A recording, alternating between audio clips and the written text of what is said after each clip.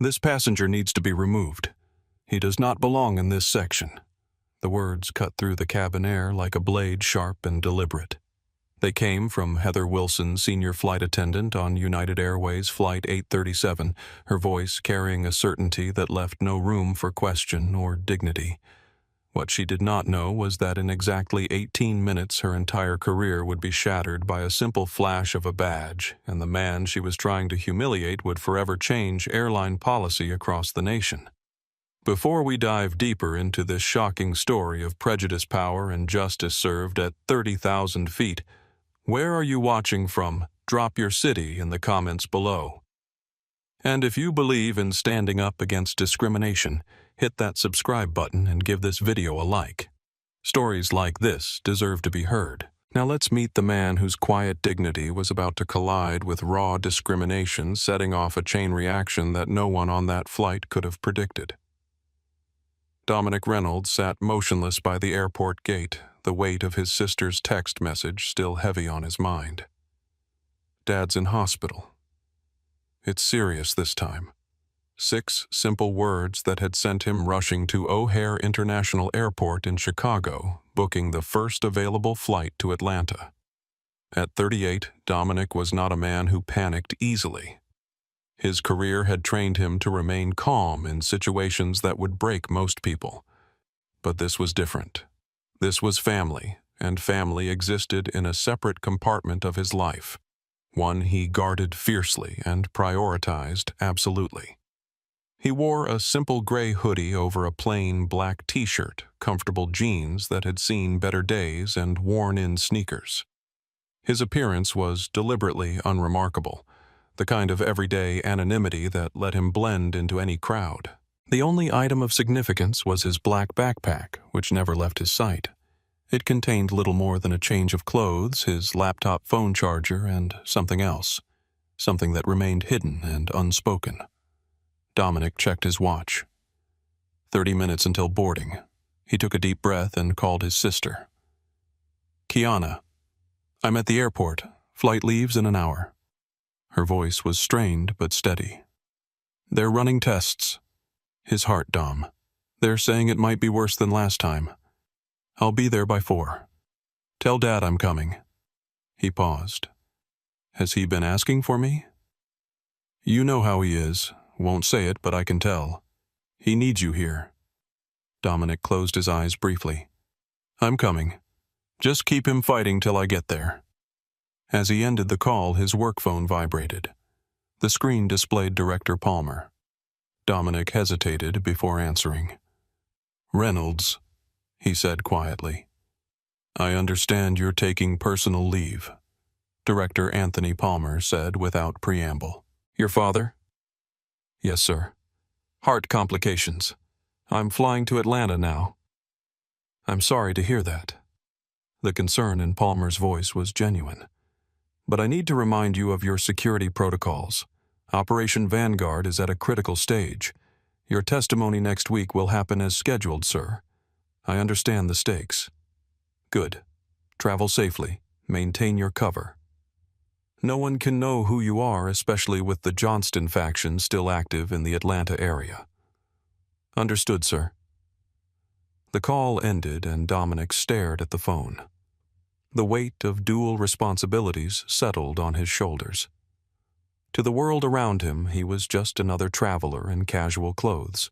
No one would guess he was Special Agent Dominic Reynolds, FBI Counterterrorism Division, the lead investigator and key witness in Operation Vanguard, a case targeting one of the most dangerous domestic terrorism networks in recent history. His testimony was scheduled in 7 days, and the Bureau had enemies everywhere. His identity was a closely guarded secret, his safety paramount to national security. And now, caught between professional duty and personal crisis, Dominic found himself boarding a commercial flight, exposed, vulnerable, and unable to reveal his true identity. The boarding announcement came over the loudspeaker. Dominic shouldered his backpack and joined the line, his face a mask of practiced neutrality. In his mind, only one thought remained. Get to Atlanta. Get to Dad. Everything else was secondary. As he handed his boarding pass to the gate agent, he allowed himself one honest assessment of the situation. This would be a simple, uneventful flight. He would be in Atlanta in 2 hours. There would be no complications. He had no idea how wrong he was. United Airways Flight 837 was a standard Boeing 737 filled to capacity with the usual mix of business travelers, families, and solo passengers. Dominic made his way down the narrow aisle, counting rows until he reached 26B, a middle seat in the economy section. The window seat was already occupied by a young woman with copper-framed glasses and dark hair pulled back in a practical ponytail. She glanced up briefly from her laptop, offered a quick, polite smile, and returned to her screen. The name Jessica Martinez was visible on the open coding project on her screen. Dominic stowed his backpack carefully under the seat in front of him, positioning it so it remained within easy reach. A habit born from years of security protocols. He settled into the cramped middle seat knees, almost touching the seat in front, and prepared himself for the uncomfortable journey ahead. Just as the final boarding announcements were being made, a large man in an expensive-looking suit rushed down the aisle, phone pressed to his ear. "No, listen, I need those projections by the time I land. This is a $50 million deal we're talking about, not some corner store purchase." His voice carried through the cabin, demanding attention. He stopped at row 26, glanced at his boarding pass, then at Dominic with undisguised disappointment. 26C, he muttered, ending his call. "Excuse me," he said without making eye contact. Dominic stood to let him in, and the man squeezed past his expensive cologne, leaving a cloud in his wake. He settled into the aisle seat with a dramatic sigh, as though the indignity of economy class was a personal affront. "William Preston," the man said, suddenly extending his hand to Dominic without looking at him. "Preston Financial Solutions, Dominic," he replied simply, giving the man's hand a brief shake. Just Dominic William raised an eyebrow. "No last name? Let me guess. Visiting family." The question felt loaded, presumptuous. "Something like that," Dominic replied, keeping his tone neutral. William nodded as if confirming something to himself, then turned back to his phone, tapping away with important-looking purpose. The pre-flight announcements began, and a flight attendant with a blonde bob cut and a name tag reading Heather Wilson moved through the cabin, checking seatbelts and overhead compartments with military precision. Her smile never quite reached her eyes as she scanned each row. When she reached row 26, her gaze swept over the passengers. She nodded approvingly at William, glanced past Dominic without acknowledgement, and gave Jessica a practiced smile. "Sir," she said suddenly, looking directly at Dominic, "your bag needs to be completely under the seat." Dominic glanced down. His backpack was already pushed as far as it could go, flush against the metal bar. "It is," he replied calmly. Heather's smile tightened. "It needs to be all the way under, sir. It's a federal regulation." She spoke with exaggerated slowness, as if explaining a complex concept to someone who might not understand. Dominic noticed Jessica glance up from her laptop, her eyes narrowing slightly. "I understand," Dominic said, reaching down to demonstrate by pushing the bag. It didn't move further. "This is as far as it will go." Heather stared at him for a beat too long. "Make sure it stays that way," she finally said, before moving on. Just then the captain's voice came over the intercom. "Good afternoon, folks. This is Captain Richard Thompson welcoming you aboard United Airways Flight 837 to Atlanta. Flight time today is approximately 2 hours and 10 minutes. We're expecting some light turbulence about halfway through our journey, but nothing to worry about. We'll be taking off shortly, so please give your attention to the flight attendants for the safety demonstration." As the safety video began playing, Dominic noticed William was still on his phone, now loudly discussing market projections. Heather passed by again, but this time she didn't stop to reprimand him. Instead, she paused at row 26 and looked directly at Dominic. "Sir, all electronic devices need to be in airplane mode for takeoff. Dominic held up his phone, which was already switched to airplane mode. He had turned it on the moment he'd boarded. Heather looked momentarily flustered, but recovered quickly. She glanced at William, who was still talking loudly on his phone, but instead of addressing him, she simply moved on. Jessica's eyes met Dominic's briefly. A silent acknowledgement passed between them. Both had noticed the inconsistency in treatment. She turned back to her laptop, but not before Dominic caught a subtle shake of her head. As the plane began to taxi, William finally ended his call, but immediately began a new one. Robert. Yeah, it's Preston. Listen, I need you to pull those Atlanta property files. We're going to crush this meeting. These local developers have no idea what's coming.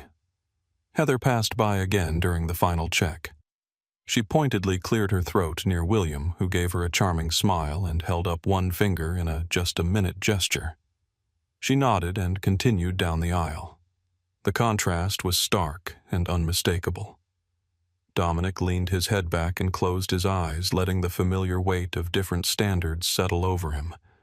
It wasn't new. It wasn't surprising. It was just another day. As the engines roared to life and the plane accelerated down the runway, Dominic thought of his father. Robert Reynolds had taught him many things, but one lesson had always stood out. In this world, son, you'll be judged by standards others will never have to meet. Your dignity isn't in how they treat you. It's in how you respond. The plane lifted off the ground, carrying Dominic toward his ailing father, unaware that the real journey was just beginning. 30 minutes into the flight, the seatbelt sign dinged off and the cabin crew began preparation for beverage service. Dominic sat quietly, a book open in his hands, a biography of jazz legend John Coltrane, though his mind kept drifting to his father. Robert Reynolds had introduced him to Coltrane's music when he was just 8 years old, explaining the discipline and soul behind each note. William Preston had not stopped talking since takeoff. After exhausting his supply of business calls, he had turned his attention to his seatmates. So he said, turning to Dominic, "What takes you to Atlanta, business or pleasure, family?" Dominic replied without elaboration. William nodded as if this confirmed something. "I thought so." "Me. I'm closing a major development deal, $50 million, revitalizing a neighborhood that frankly needs it." Jessica looked up from her laptop. "Which neighborhood, East Side? Near the old factory district. It's pretty run down now, but we're going to bring in high-end retail luxury apartments. Real progress, you know." "Sounds like gentrification," Jessica said quietly, returning to her screen. William's expression hardened slightly. "I prefer to call it urban renewal. Those neighborhoods need investment. Those neighborhoods need affordable housing and jobs that match the skills of current residents." Jessica countered, not looking up. "Not displacement." The beverage cart approached, pushed by Heather and another flight attendant. They started at the front of the economy section, working their way back row by row. Dominic watched as Heather served each passenger with professional efficiency, though her smile seemed reserved for certain passengers. As she approached row 26, she served William first.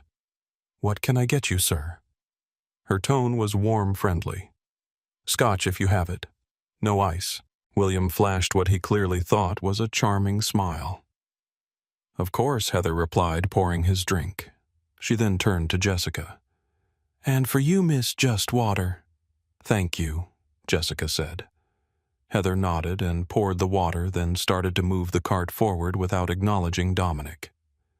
"Excuse me," Dominic said calmly. "Could I have a water, please?" Heather paused, her expression flickering momentarily before settling into a tight smile. "Oh, I'm sorry. What would you like, water, please?" She handed him a cup of water without meeting his eyes, then quickly moved the cart forward. William took a sip of his scotch. So he said to Dominic, "What do you do?" The question was loaded with assumption. Dominic considered his response carefully, balancing his cover with his growing irritation. "I work in security," he said finally. It wasn't a lie, just an oversimplification. William snorted. Security guard, huh? Good steady work, I guess. Dominic didn't correct him. Let him assume. It was safer that way. You know, William continued, lowering his voice, I've had to hire extra security for our Atlanta project. That neighborhood... He glanced around and leaned closer. Well, let's just say it's got some elements that make investors nervous. The implication was clear. Dominic's jaw tightened almost imperceptibly. A memory surfaced. His father at 45, dignified in a pressed suit, being followed around a department store by a security guard who never approached the white shoppers. Dominic had been 12, old enough to understand, but young enough to still be shocked. What elements would those be exactly? Dominic asked, his voice level. William shifted uncomfortably. You know, high crime rates, gang activity, that sort of thing. Have you spent much time in that neighborhood, Mr. Preston? Well, no. My team handles the ground research. I see. Dominic returned to his book, signaling the end of the conversation. William, however, wasn't finished. Look, I'm just being realistic. Statistics don't lie. Some neighborhoods are just more dangerous than others. It's not about he cut himself off, not about what Dominic looked up from his book. Nothing. Just business realities. William turned away, suddenly very interested in the in-flight magazine. The plane hit a pocket of turbulence, jostling the passengers. Dominic's water splashed slightly, a few drops landing on William's sleeve. Hey, watch it. William snapped, his reaction disproportionate to the minor incident. Sorry about that, Dominic said evenly. Just turbulence. William made a show of dabbing at his sleeve with a napkin. This is a $3,000 suit. Jessica glanced over, eyebrows raised at the overreaction. The turbulence increased and the captain's voice came over the intercom. Folks, we're experiencing some unexpected turbulence. I'm turning on the fasten seatbelt sign.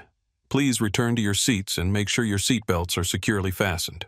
Another strong jolt rocked the plane, and William's remaining scotch spilled onto his lap. Damn it. He looked up, searching for a flight attendant.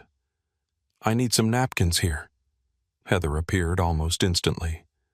I'm so sorry about that, sir. Let me get you some more napkins. She hurried away and returned with a handful of napkins, helping William dab at his pants. Would you like another drink, sir?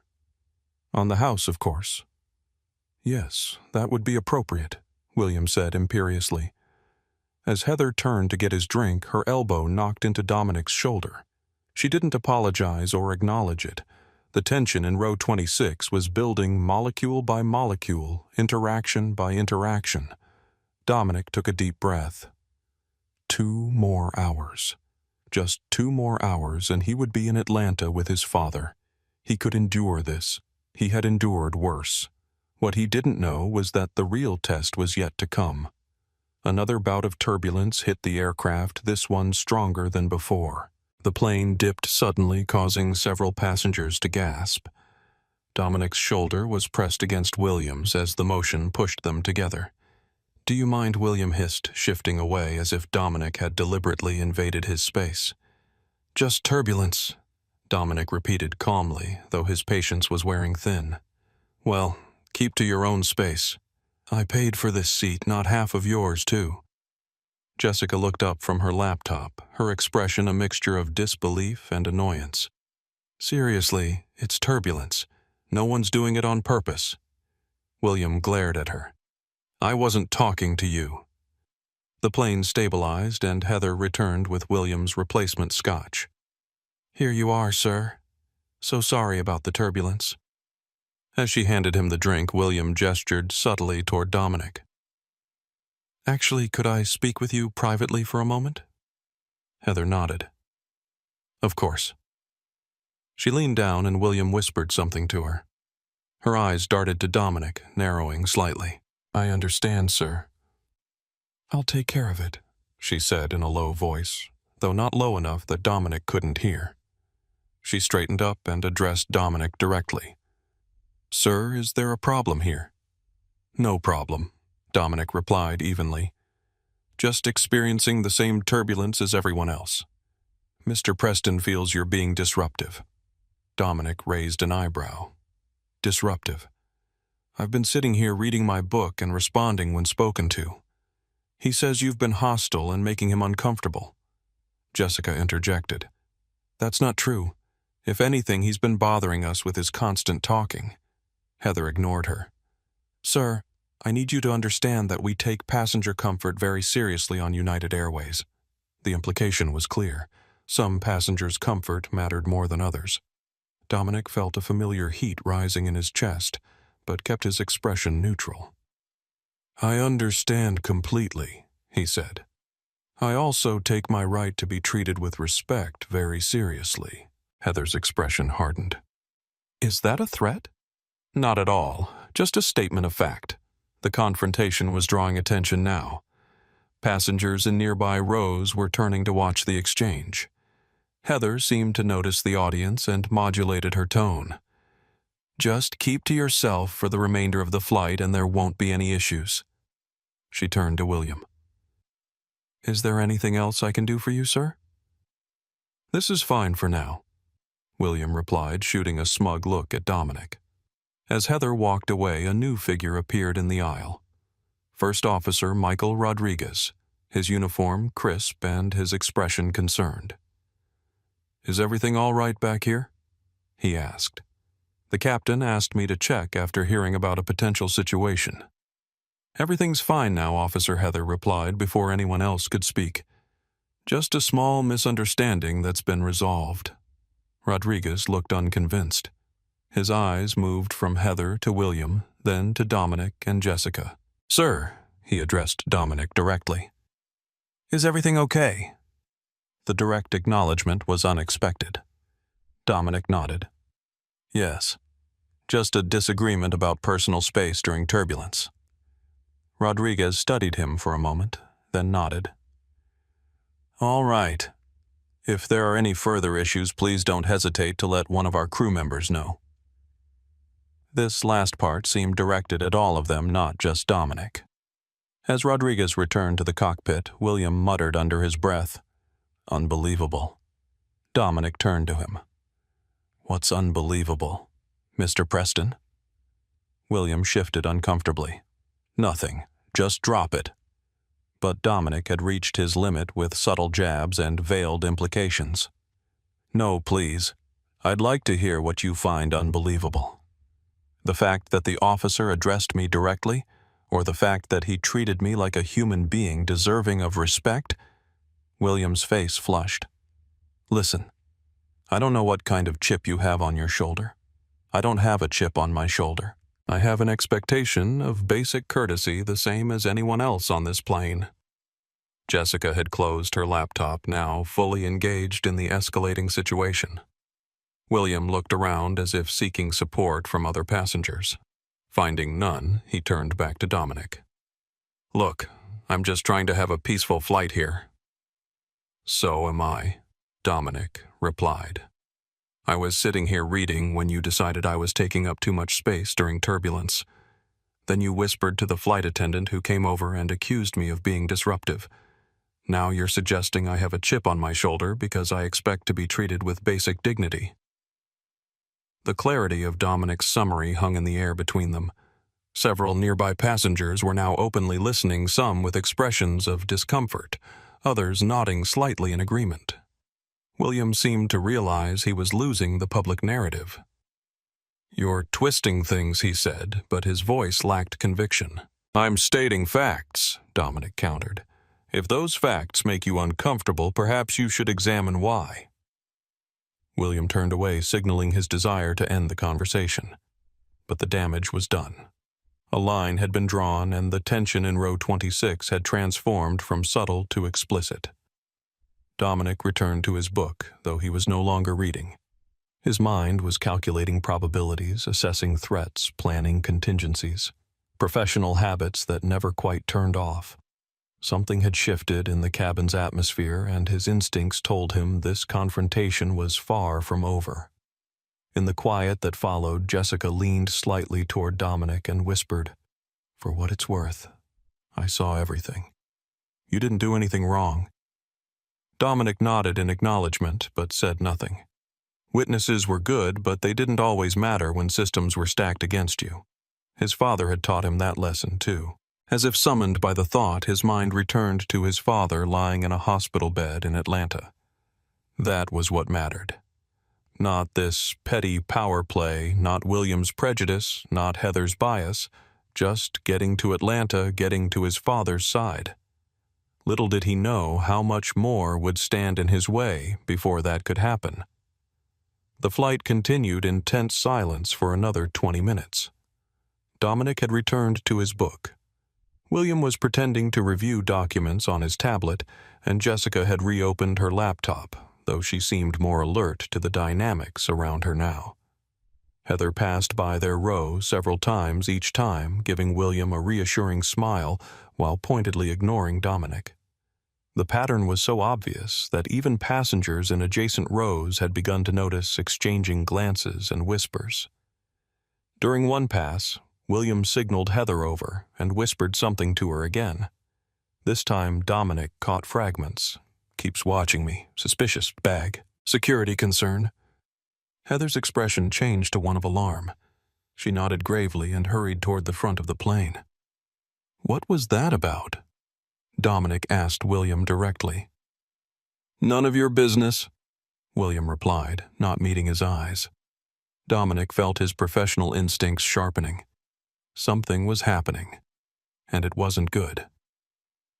Moments later, Heather returned with another flight attendant, a younger woman whose name tag read Lisa. They stopped at row 26, and Heather addressed Dominic. "Sir, we need to check your backpack." The request was unexpected but not surprising given William's whispered conversation. Dominic maintained his composure. "May I ask why we've received a security concern about your bag?" Heather replied, her tone official. "A concern from the passenger sitting next to me who has been trying to create an issue since we boarded." Heather's lips tightened. "Sir, we take all security concerns seriously regardless of who reports them." Dominic nodded slowly. "I understand that. But I also understand that without probable cause or reasonable suspicion you don't have the authority to search my personal belongings." This was a critical moment. Inside that backpack was his FBI badge, his service weapon secured in a lockbox, and documents related to Operation Vanguard. If they searched it, his cover would be blown, potentially compromising the entire operation and his upcoming testimony. Heather's expression hardened. "Sir, as stated in United Airways terms of service, which you agreed to when purchasing your ticket, we reserve the right to inspect any luggage or personal items if we have security concerns." "I'm familiar with airline regulations," Dominic replied calmly. "Those inspections are typically conducted by TSA officials before boarding, not by flight attendants mid-flight based on a complaint from a passenger with an obvious bias."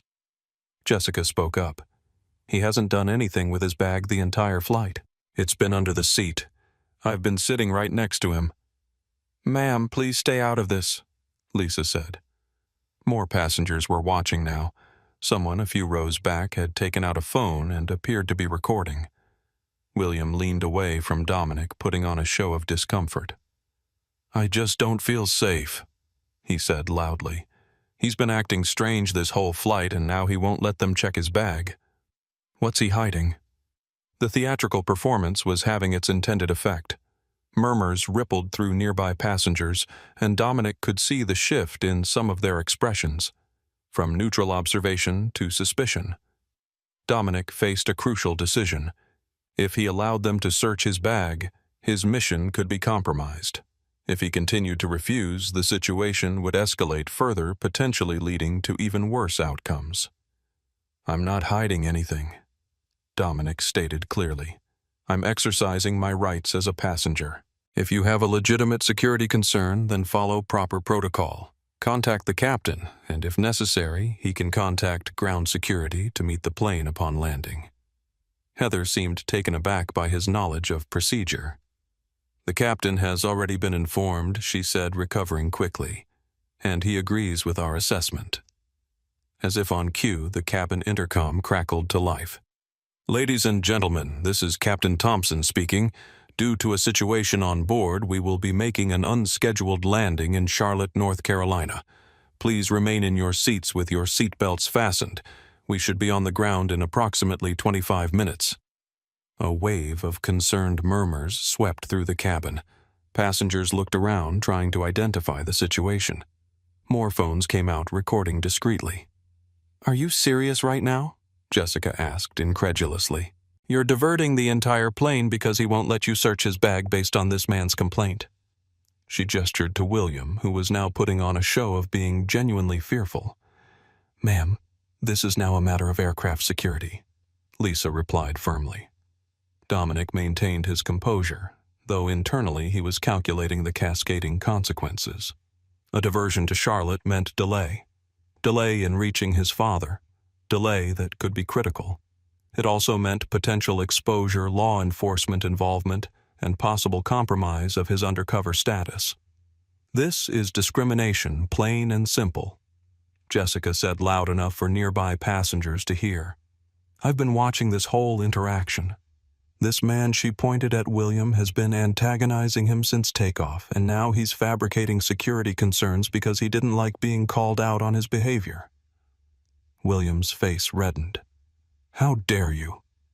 I'm a respected businessman with legitimate concerns." Dominic remained silent, observing the situation unfold. More passengers were recording now, capturing the escalating confrontation. Heather addressed the cabin at large. "Everyone, please remain calm and seated. This is a standard security procedure."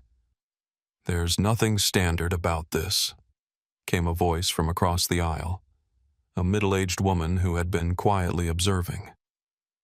"I've been watching too. This is profiling." The word hung in the air, charged and unavoidable. Dominic finally spoke, his voice calm and measured. "You're making a judgment based on appearance, not behavior. I hope everyone recording this understands what they're witnessing." Heather's expression flickered with uncertainty for the first time as she registered just how many passengers were now recording the interaction. But she quickly composed herself. "Security will handle this when we land," she said with finality. "Until then, please remain in your seat." As she and Lisa moved back toward the front of the plane, Dominic could feel the weight of dozens of eyes on him. Some sympathetic, others suspicious, many simply confused by the unfolding drama. "Thank you," he said quietly to Jessica. She shook her head. "Don't thank me. This is wrong on so many levels."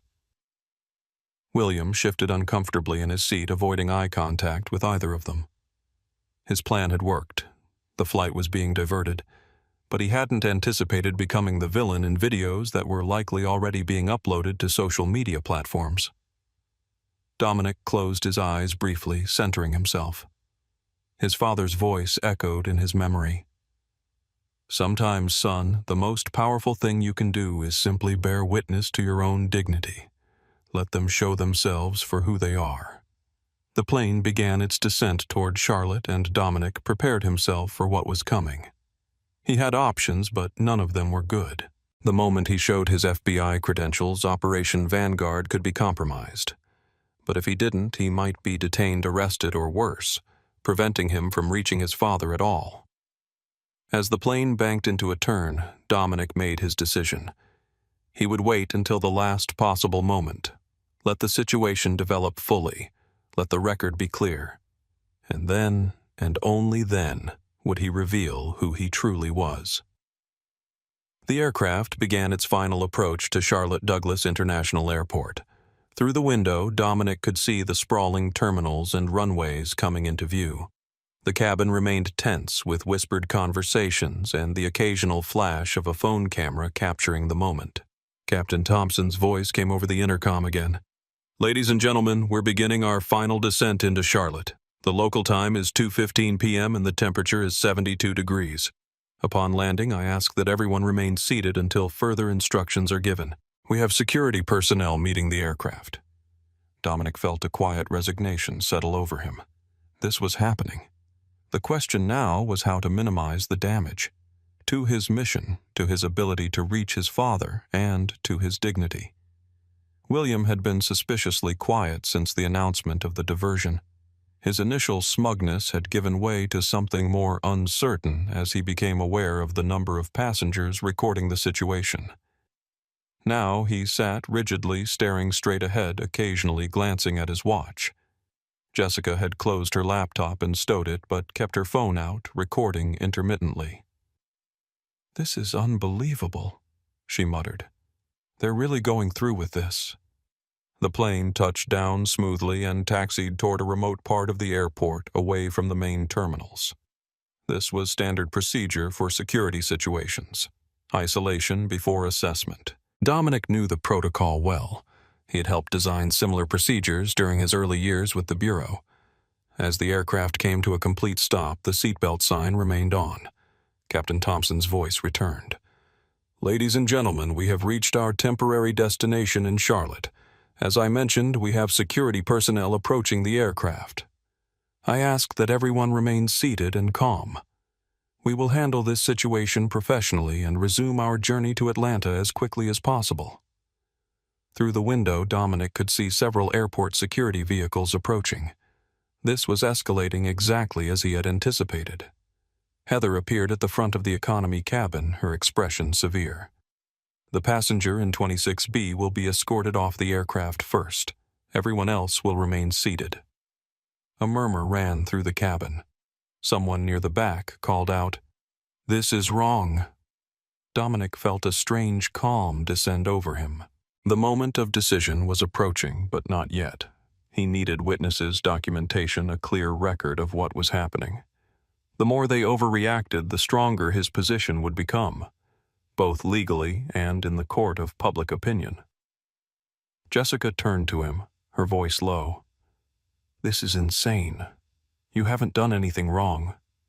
"I know," he replied simply. "You could sue them for this." A ghost of a smile crossed Dominic's face. "Let's see how it plays out."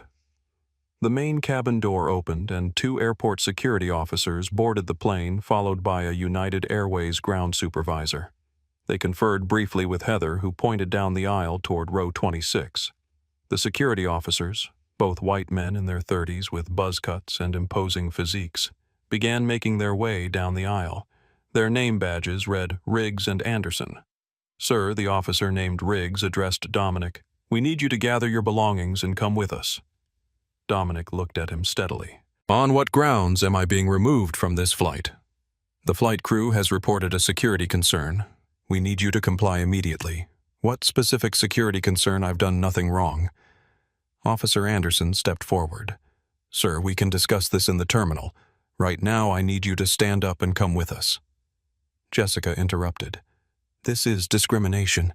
He's done nothing wrong. I've been sitting next to him the entire flight." "Ma'am, please stay out of this," Riggs said sharply.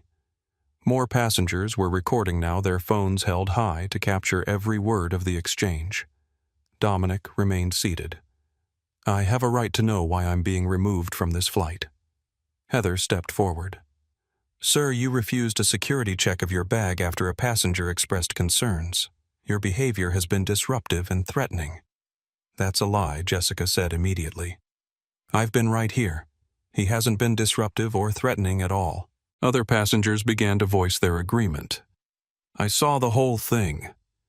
This is profiling. He didn't do anything wrong." But there were also voices of support for the removal. "Just get him off so we can continue our flight. If he has nothing to hide, why won't he show his bag?" The cabin was dividing tensions, rising. This was exactly what Dominic had wanted to avoid, but it was also creating a clear record of the situation. Every phone camera was documenting what was happening, evidence that couldn't be denied or reinterpreted later. Officer Riggs's patience was clearly wearing thin. "Sir, I won't ask you again. Stand up and come with us now, or we will remove you physically." Dominic looked him directly in the eyes. "Your uniform doesn't give you the right to discriminate. It gives you the responsibility to be fair. I'm asking you to consider whether you're fulfilling that responsibility right now."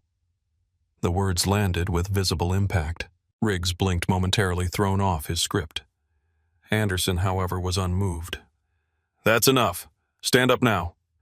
Dominic knew this was the pivotal moment. He could reveal his identity, now end this charade immediately.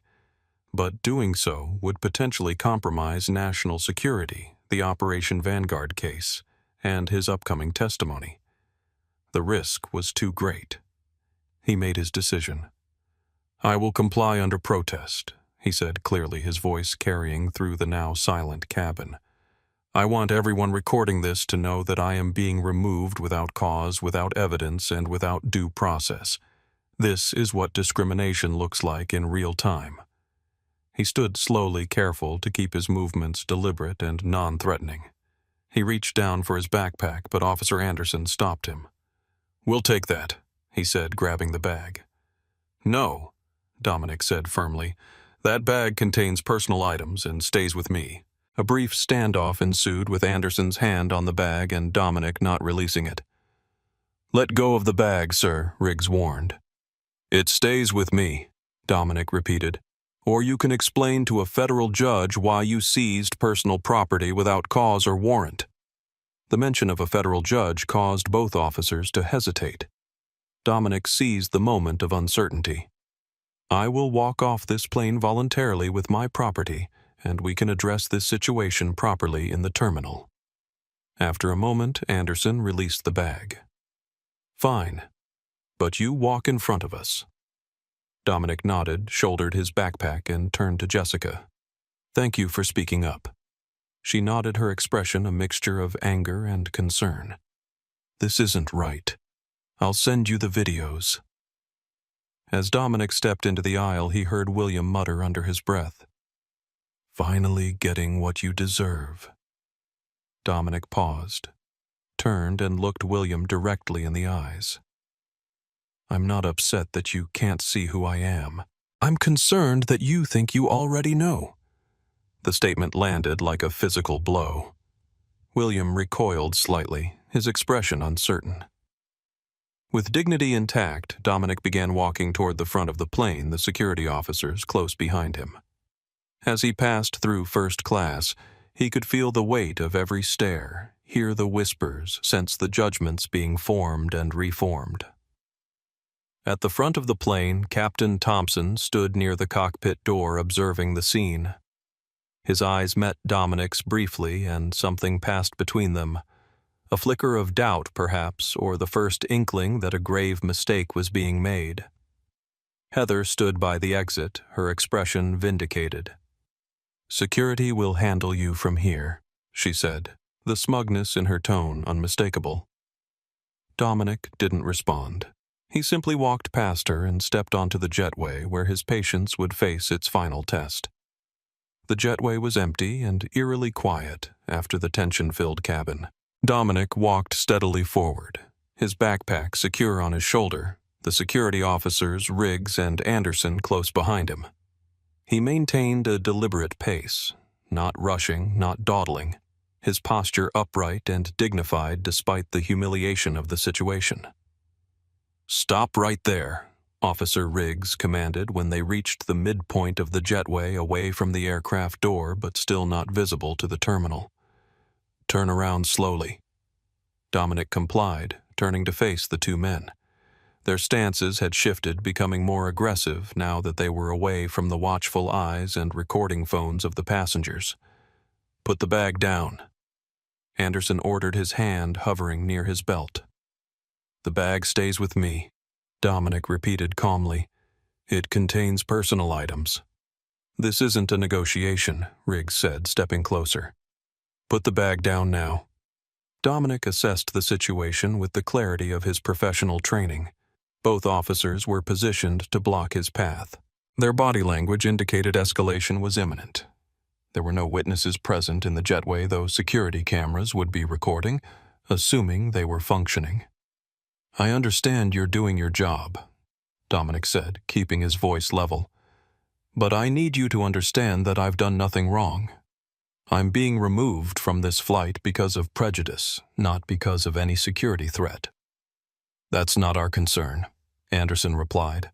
Our job is to remove you from the aircraft, which we've done. Now we need to check your bag before escorting you to the security office. Dominic knew what would happen if they checked his bag. His FBI credentials would be discovered along with his service weapon.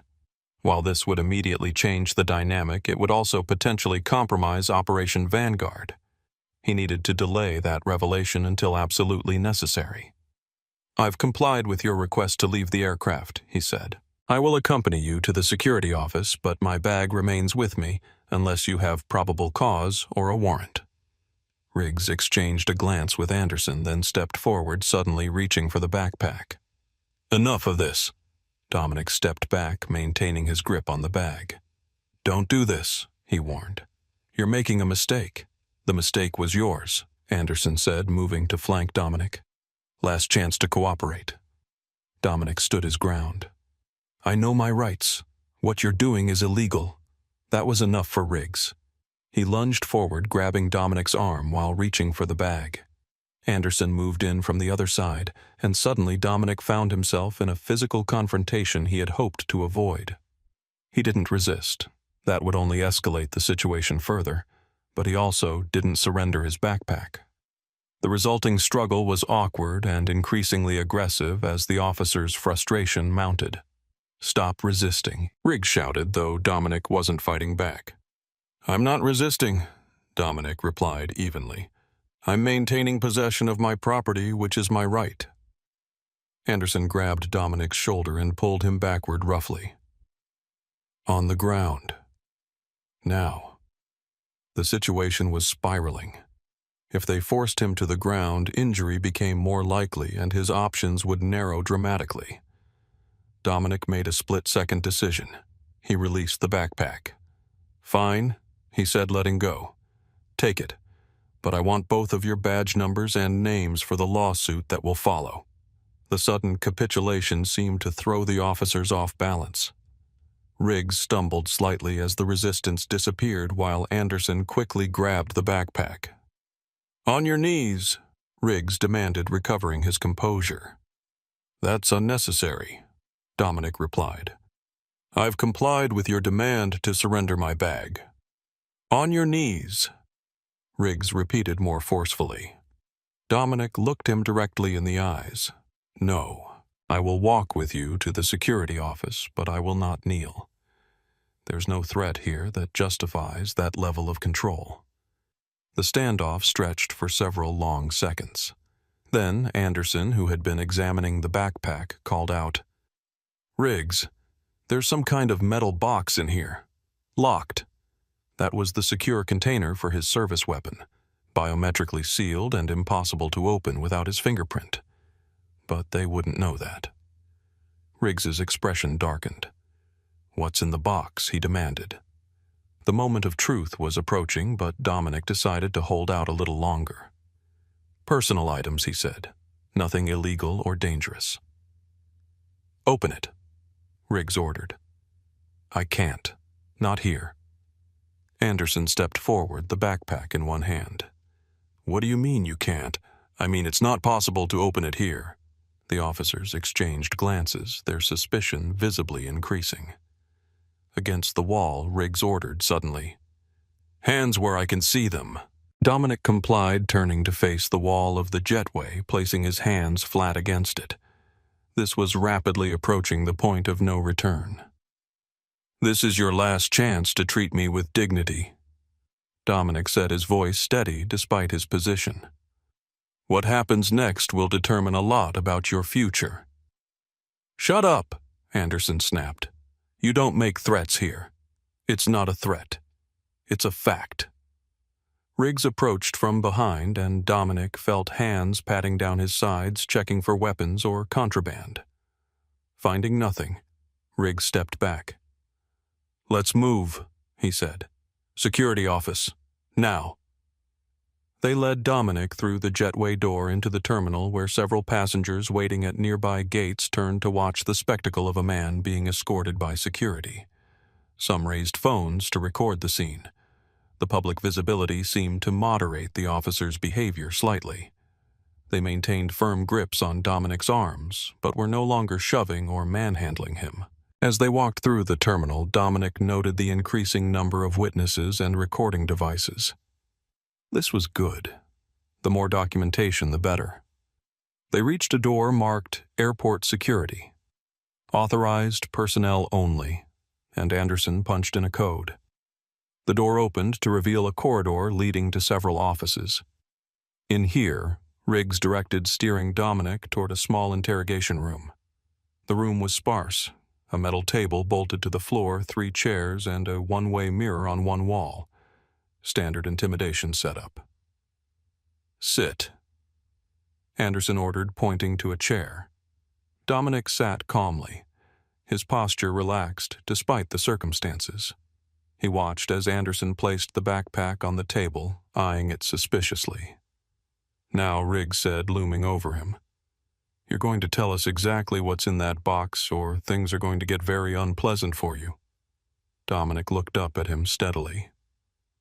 "Officer Riggs, I understand you believe you're doing your job, but you've made a series of escalating mistakes, and I'm giving you one last opportunity to correct course before irreparable damage is done to your career." Anderson laughed harshly. "Listen to this guy. Who do you think you are?" The moment had come.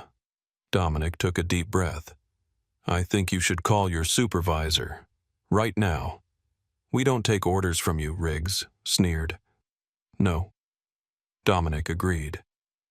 "But you do take orders from the Federal Bureau of Investigation, and right now you're interfering with a federal officer in the execution of his duties."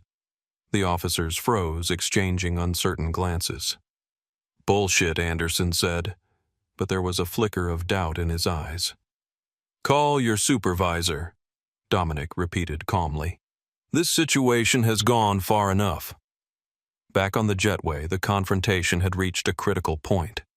Dominic stood with his back against the wall, the 2 security officers, Riggs and Anderson, facing him with increasing aggression. His backpack lay on the ground between them, the subject of their suspicion and the catalyst for this escalating situation. "What's in the box?" Riggs demanded again, his patience clearly exhausted. Dominic maintained his composure, though he knew the moment of revelation was approaching. "I've told you. Personal items that are not a security threat." "Then open it," Anderson insisted. "I can't do that here." "Can't or won't," Riggs stepped closer, invading Dominic's personal space. Both Dominic replied evenly. "The contents are secure for a reason, and this jetway is not the appropriate place to reveal them." Anderson scoffed. "Listen to this guy, not the appropriate place." "Who do you think you are?" The question hung in the air, an unintentional invitation that Dominic was not yet ready to accept. Instead, he tried one more time to de-escalate. "I understand you're doing what you believe is your job, but you're making assumptions based on incomplete information, and those assumptions are leading you to act in ways that will have serious consequences. The only one facing consequences here is you," Riggs said, jabbing a finger toward Dominic's chest. "Last chance. Open the box, or we'll consider it a threat and respond accordingly." Dominic assessed his options. The situation had deteriorated beyond peaceful resolution. If he continued to refuse, physical force was imminent. If he revealed his identity now, Operation Vanguard could be compromised, but at least he would avoid further humiliation and potential injury. He made his decision. "This is your last chance to treat me with dignity." Dominic said, his voice calm but carrying a new weight of authority. "What happens next will determine a lot about your future." "Is that a threat?" Anderson stepped forward, hand moving to his belt where a taser was holstered. "No," Dominic replied. "It's a fact." Riggs had had enough. He grabbed Dominic's shoulder roughly. "Against the wall. Now!" Dominic didn't resist as Riggs spun him around, pushing him face first against the jetway wall. He felt hands patting down his sides, checking for weapons. "Spread your legs," Riggs commanded. Dominic complied, allowing the search to continue. This was crossing a line that could not be uncrossed, and he knew it. "Nothing," Riggs reported, stepping back. Anderson picked up the backpack, unzipping the main compartment. Let's see what you're so determined to hide. He pulled out clothes, a book, a phone charger, and finally the metal lockbox, approximately the size of a large paperback book with a biometric scanner on its face. What's this? Anderson held it up. As I said, it's secured for a reason, Dominic replied, still facing the wall. Turn around, Riggs ordered. Dominic turned slowly to face them. The moment of truth had arrived. Open it, Anderson demanded, holding out the box. I will open it, Dominic said evenly, but I need you both to understand something first. The moment I do, everything changes. Not just for me, but for you. The officers exchanged glances, uncertainty flickering across their faces for the first time. Enough games, Riggs snapped. Open it now. Dominic nodded once. Very well. He reached slowly into the inner pocket of his hoodie, a movement that caused both officers to tense, and withdrew not a weapon, but a slim, black wallet. Before I open that box, he said, holding the wallet, you should see this first. He flipped the wallet open to reveal a gold shield and identification card. The words, Federal Bureau of Investigation, were clearly visible, along with his photo and name, Special Agent Dominic Reynolds. The effect was immediate and dramatic. Both officers froze their expressions, transforming from aggressive confidence to stunned disbelief in an instant. What the? Anderson's voice trailed off. Riggs took an involuntary step backward. Is this some kind of joke? I assure you it's not. Dominic replied, his voice now carrying the full weight of his authority. Special Agent Dominic Reynolds, FBI Counterterrorism Division. You've just interfered with a federal officer in the execution of his duties. The silence that followed was profound, broken only by the distant sounds of the airport terminal beyond the jetway door. The lockbox, Dominic continued, contains my service weapon secured according to federal air travel protocols. I am currently operating undercover as part of an ongoing federal investigation which you have now potentially compromised. Anderson's face had gone pale. He carefully set the backpack down as if it had suddenly become radioactive. We were just following orders, he said weakly. Following orders is not an excuse for violating civil rights, Dominic replied. Nor is it a shield against the consequences of interfering with federal law enforcement. Riggs found his voice. We had no way of knowing. You had every opportunity to assess this situation objectively. Dominic cut him off. Instead, you chose to escalate at every turn, ignoring witness statements that contradicted the narrative you preferred and using physical force without justification. The door to the aircraft suddenly opened and Captain Thompson stepped onto the jetway, likely coming to check on the situation. He stopped short at the tableau before him, Dominic holding his FBI credentials, the two security officers in obvious distress. What's happening here? Thompson asked, his voice uncertain. Dominic turned to face him. Captain, I'm Special Agent Dominic Reynolds, FBI. I believe we need to have a conversation about what just occurred on your aircraft. Thompson's face drained of color. FBI, he repeated as if hoping he had misheard. Yes, Dominic confirmed. And right now, I need to use your phone to contact my field office. This situation has escalated beyond what can be handled here on this jetway. The realization of what was happening, of what they had done, was dawning on all three men simultaneously. Their actions, which had seemed justified through the lens of bias and assumption, were now revealed as something entirely different, a grave error with potentially career-ending consequences. Of course, Thompson managed, pulling a phone from his pocket. Whatever you need. As Dominic took the phone, the jetway door from the terminal opened again. This time, a woman in a business suit entered, her expression shifting from professional concern to recognition as she saw Dominic. Agent Reynolds, she said, moving quickly toward him. Agent Gabriela Ramirez, Charlotte Field Office. Director Palmer alerted us to the situation. Dominic nodded, unsurprised that the Bureau's information network had already tracked the diverted flight. Perfect timing, Agent Ramirez. We have a situation that needs immediate containment. He turned back to Riggs and Anderson, who stood frozen in place, the reality of their predicament sinking in with each passing second. Officers Riggs and Anderson. Dominic said, his voice level but carrying undeniable authority. You are currently in possession of my personal property seized without cause or warrant. I'll take my backpack now. Anderson quickly handed over the backpack, avoiding eye contact. Thank you, Dominic said.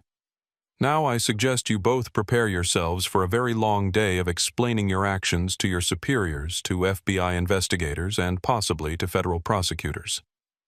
Discrimination and civil rights violations are taken very seriously, especially when they interfere with federal investigations.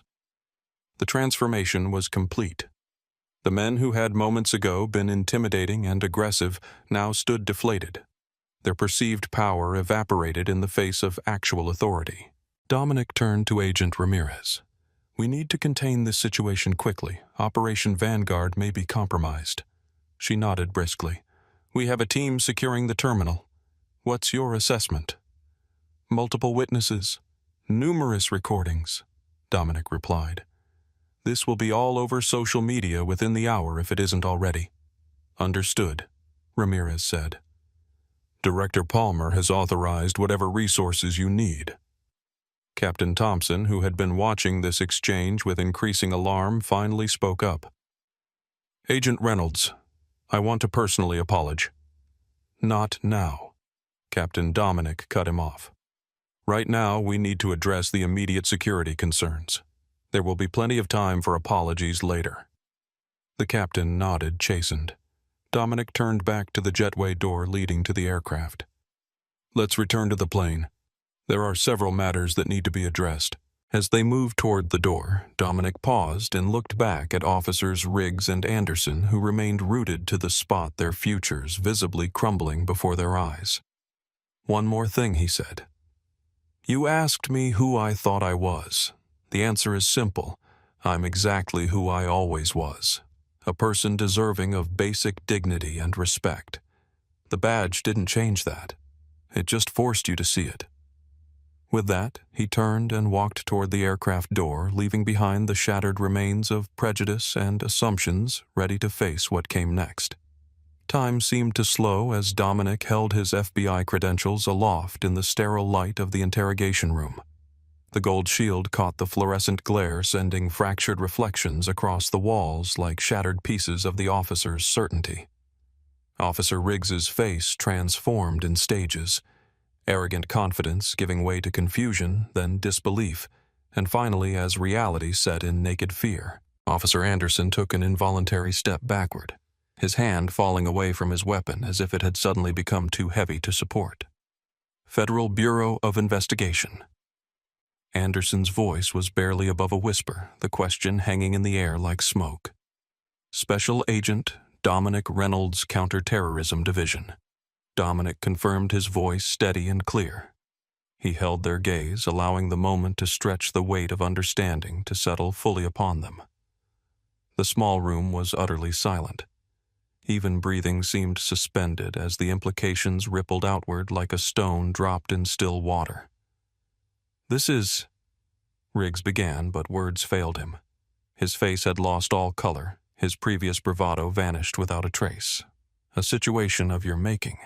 Dominic completed the thought for him, one with serious consequences. The locked metal box sat between them on the table, no longer an object of suspicion, but a symbol of their catastrophic error in judgment. The box contains my service weapon, Dominic explained, secured according to federal travel protocols for agents traveling undercover. Anderson swallowed visibly. Sir, we were just following procedure. The flight crew reported a security concern based on racial profiling and bias, not on any observable threat or behavior. Dominic cut him off.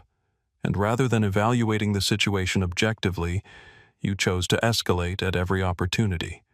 We had no way of knowing you were FBI. Riggs offered weakly. You had no reason to treat me the way you did regardless of who I am. Dominic replied evenly. My badge doesn't make me more deserving of dignity than any other passenger. It just makes the consequences of your actions more severe." The door to the interrogation room suddenly opened, and a man in a suit stepped in. Clearly a supervisor, his face already set in lines of worry as he took in the scene before him. "What's going on here?" he asked, then froze as his eyes landed on Dominic's credentials still displayed. "David Chen, Airport Security Director." He introduced himself automatically, his voice tight with sudden anxiety. "Special Agent Dominic Reynolds, FBI." Dominic replied. "And we have a serious situation developing." Chen's eyes darted between his officers and Dominic quickly assessing. "I just received a call from the FBI Charlotte field office. They're sending agents." "They're already here," came a voice from the doorway. All eyes turned to see a woman in a dark suit standing there, her own credentials displayed. "Special Agent Gabriela Ramirez, Charlotte field office." She entered the room, her gaze taking in the scene with professional efficiency before settling on Dominic. "Agent Reynolds, Director Palmer sends his regards and his concern. He's been briefed on the situation." Dominic nodded. "Thank you for responding so quickly, Agent Ramirez." She turned to the security director. "Mr. Chen, we'll need your officers debriefed and processed immediately. This incident potentially compromises an ongoing federal investigation of significant national security importance." Chen's professional demeanor cracked slightly. "Of course, whatever you need. Officers Riggs and Anderson will cooperate fully." Ramirez's expression was stone. "They'll be escorted to separate rooms for questioning. Their body cameras are to be surrendered immediately, all footage secured." Chen nodded rapidly. "Yes, absolutely." Dominic watched the exchange, noting the swift transformation of power dynamics in the room. The men who had manhandled and threatened him moments ago now stood silent and diminished, their authority stripped away by the simple revelation of who he actually was. Ramirez turned back to Dominic. "Agent Reynolds, we should move to a secure location. There are several matters requiring immediate attention." Dominic nodded, standing up and reclaiming his backpack. As he did, his phone vibrated with an incoming call. His sister Kiana wondering why he hadn't landed in Atlanta yet. The reminder of his father's condition sent a pang through him, sharpening his focus. "Agent Ramirez, while this situation is being contained, I need to make arrangements to continue to Atlanta as soon as possible. Family emergency." "Already arranged," she replied efficiently. "We have a Bureau aircraft standing by. But first, we need to address the situation on United Airways 837. The passengers, the recordings, the flight crew. All of it." Dominic nodded grimly. "Let's go." As they exited the interrogation room, leaving behind the stunned security officers, Dominic caught a glimpse of more FBI agents arriving, moving with purposeful efficiency through the terminal. The machinery of federal response was fully engaged now, working to contain both the security breach and the public relations crisis that was surely brewing. They walked briskly through the corridor, Ramirez briefing him as they moved. "Initial assessment shows at least 12 passengers recorded the incident. Social media uploads have already begun. We're working on containment, but it's likely too late." Dominic finished for her. "The videos are out there." "Yes," she confirmed. "Director Palmer is preparing a statement categorizing this as part of a security training exercise, but with this many witnesses and recordings, it won't hold." Dominic agreed. "The truth will emerge. We need to get ahead of it." They reached a door leading back to the terminal, where they could see the jetway extending to the aircraft. United Airways Flight 837 sat on the tarmac, passengers still on board, unaware of the dramatic revelations taking place. "Captain Thompson and the flight crew?" Dominic asked. Waiting to be interviewed, Ramirez replied, "As is the passenger who initiated the complaint. A William Preston, according to the manifest." At the mention of Preston's name, Dominic felt a surge of cold anger quickly controlled. He should be handled separately. His false allegations were deliberate and malicious. Ramirez nodded. Noted. How do you want to proceed with the aircraft? Dominic considered for a moment. I want to return to the cabin. The passengers deserve to see the resolution, especially those who spoke up. As they approached the jetway entrance, Dominic spotted Captain Thompson standing with another FBI agent, his face ashen. When he saw Dominic approaching, Thompson straightened his expression, a mix of dread and shame. Agent Reynolds Thompson began, I want to... Not now. Captain Dominic cut him off. First, we address your passengers and crew. Then we'll discuss your role in this incident. Thompson nodded, mutely defeated. Dominic turned to Ramirez. Let's proceed to the aircraft. As they walked down the jetway, Dominic felt the weight of his badge in his pocket, a symbol of authority that should never have been necessary to invoke for basic human dignity. But now that it had been revealed, it carried a power that would reshape the lives of everyone involved in this incident.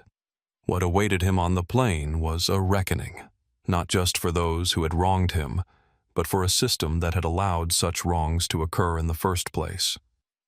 The return to the aircraft cabin felt like stepping onto a stage. As Dominic entered through the front door, followed by Agent Ramirez and 2 additional FBI agents, a hush fell over the previously murmuring passengers. All eyes turned to him, recognition flickering as they connected the man who had been forcibly removed with the composed figure now standing in the aisle, authority radiating from his posture. Heather Wilson.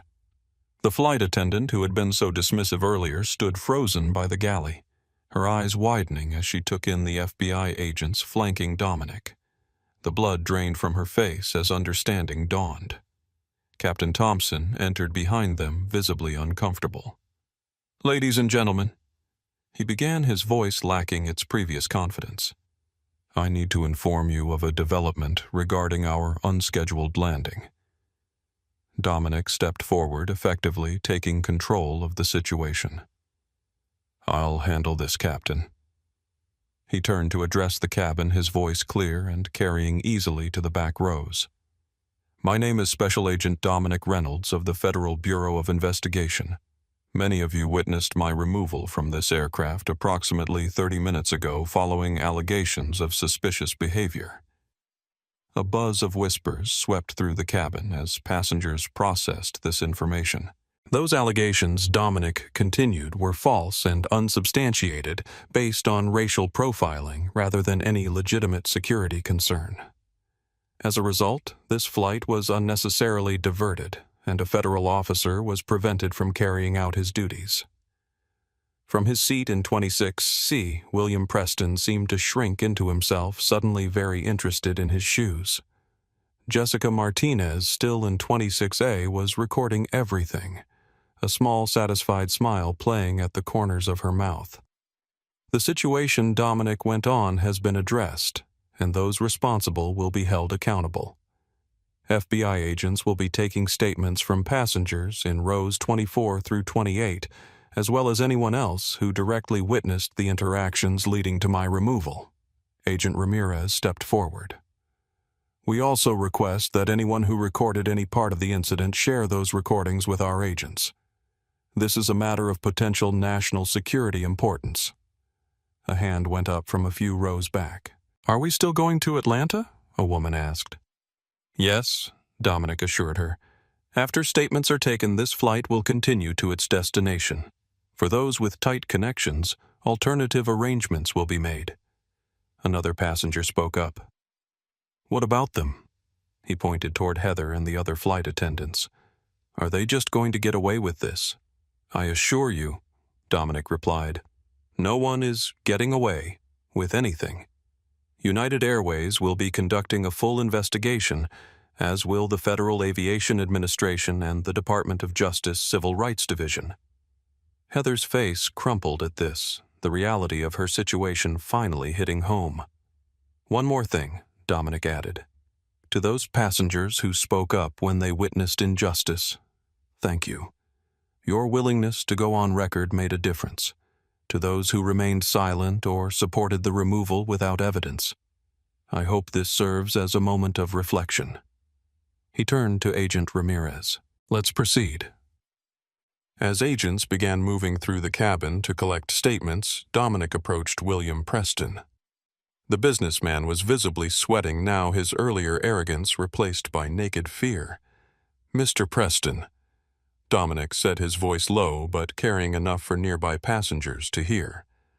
"A word, please." William looked up, his face a mask of panic. "Listen, I never meant. Step into the aisle, please." William complied reluctantly, standing on shaky legs.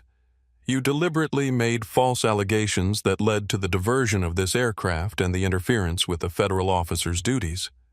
Dominic stated, his tone professional but unyielding. "Those actions have consequences." "It was a misunderstanding," William protested weakly. "I genuinely thought—" "No," Dominic cut him off. "You didn't think at all. You acted on bias and assumption, then fabricated a security concern to validate your prejudice." William's mouth opened and closed, no words emerging. "Agent Rodriguez will escort you from the aircraft," Dominic continued, gesturing to one of the FBI agents. "You'll be questioned regarding your statements and actions. Depending on the findings, you may face federal charges for making false statements and interfering with a federal investigation." The color drained from William's face. "Federal charges? But my business? My reputation?" "You should have considered those before lying to the flight crew," Dominic said simply. As Agent Rodriguez led a shell-shocked William Preston toward the exit, Dominic turned his attention to Jessica, who was still recording. "Thank you for speaking up," he said quietly. She lowered her phone. "I couldn't just sit there and watch it happen. It was wrong. Many people would have stayed silent." "Yeah, well, I'm not most people." She paused, then added, "I have everything recorded from the first interaction with the flight attendant to when they dragged you off. It's all there." "That evidence will be important," Dominic acknowledged. "An agent will take your statement and contact information." Next, Dominic approached the forward galley where Captain Thompson and Heather Wilson waited, both looking as though they were facing a firing squad. Captain Thompson. Flight Attendant Wilson. Dominic addressed them formally. "Agent Ramirez will be taking your statements individually. I suggest you be completely forthcoming about the decisions made today and the factors that influence them." Heather's composure finally broke.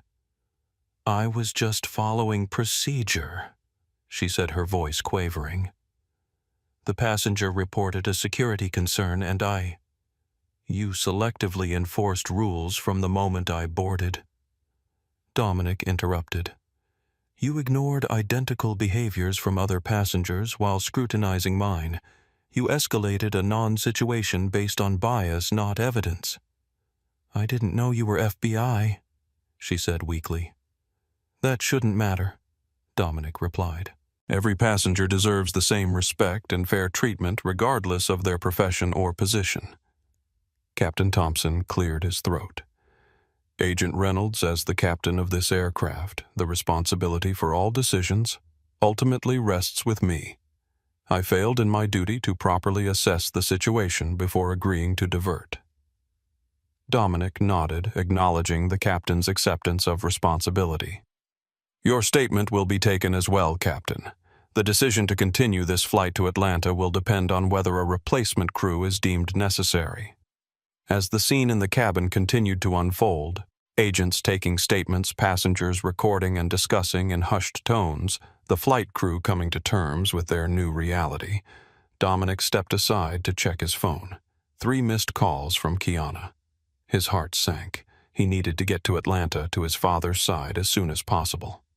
Agent Ramirez approached him. "We've arranged for a Bureau aircraft to take you to Atlanta as soon as we're done here. Should be ready in about 30 minutes. "Thank you, Dominic," said gratitude evident in his voice. "I need to make a call first." He stepped into the now empty first-class cabin and dialed his sister. "Dom, where are you? Your flight should have landed an hour ago." Kiana's voice was tense with worry. "There was a situation with the flight. I'm in Charlotte, but I'll be in Atlanta soon. Private flight." He kept the explanation deliberately vague. How's Dad stable for now? The doctors say the next 24 hours are critical. He's been asking for you. Tell him I'm coming. I'll be there as fast as I can. As he ended the call, Dominic looked out the window at the airport tarmac where several FBI vehicles were now parked near the plane. What had begun as a simple flight home had transformed into something much larger. A very public collision between prejudice and justice with consequences that would ripple outward long after today. He turned back toward the cabin where Agent Ramirez was efficiently coordinating the taking of statements and securing of evidence. The machine of federal response was in full motion now, containment and investigation proceeding simultaneously. Agent Reynolds, she called to him. We have a situation developing online. The videos are going viral faster than we can contain them. Dominic nodded grimly. In the digital age, truth moved at the speed of light, especially when that truth exposed injustice in such a raw, undeniable form. Let it go, he decided. Sometimes the most powerful weapon against prejudice is visibility. As he watched the continued activity in the cabin, William Preston being escorted away, Heather Wilson giving her statement with tears streaming down her face, Jessica Martinez showing her recordings to an agent, Dominic felt a complex mix of emotions. Vindication. Yes, but also a deep weariness at the familiar pattern this incident represented. He had won this battle decisively, but the war against prejudice and profiling continued. For now, though, his focus needed to be on his father, on family, on what truly mattered beyond badges and authority. The next phase of this incident would unfold with or without his direct involvement. The wheels of justice, once set in motion, had their own momentum. The tarmac outside Charlotte Douglas International Airport buzzed with activity. 3 FBI vehicles were parked near United Airways Flight 837, and agents moved with purposeful efficiency between the terminal and the aircraft. Inside the cabin, the investigation was in full swing. Dominic stood near the cockpit door conferring with Agent Ramirez while monitoring the scene throughout the cabin. FBI agents were methodically taking statements from passengers, collecting video evidence, and documenting the sequence of events that had led to the aircraft's diversion. Our digital forensics team is tracking the spread of the videos online, Ramirez reported, her voice low. They've already appeared on multiple platforms. The hashtag #FlyingWhileBlack is trending, and your removal has been viewed over 1 million times in the last hour. Dominic nodded, unsurprised. Any clear shots of my face or badge? Several. Facial recognition is flagging them as they appear, but it's a losing battle. Your cover may be compromised. This was the outcome Dominic had feared. Exposure that could jeopardize Operation Vanguard, the domestic terrorism case that had occupied the last 18 months of his career. The Johnston faction, a violent extremist group with cells across the southeastern United States, was the target of his upcoming testimony. If they identified him before the trial, Director Palmer is on his way, Ramirez added. He's coordinating with the U.S. Marshals Service regarding witness protection protocols just in case. Good, Dominic replied. What about the flight crew and security officers all being questioned separately? The security footage from the jetway has been secured, as well as the body cam footage from Officers Riggs and Anderson.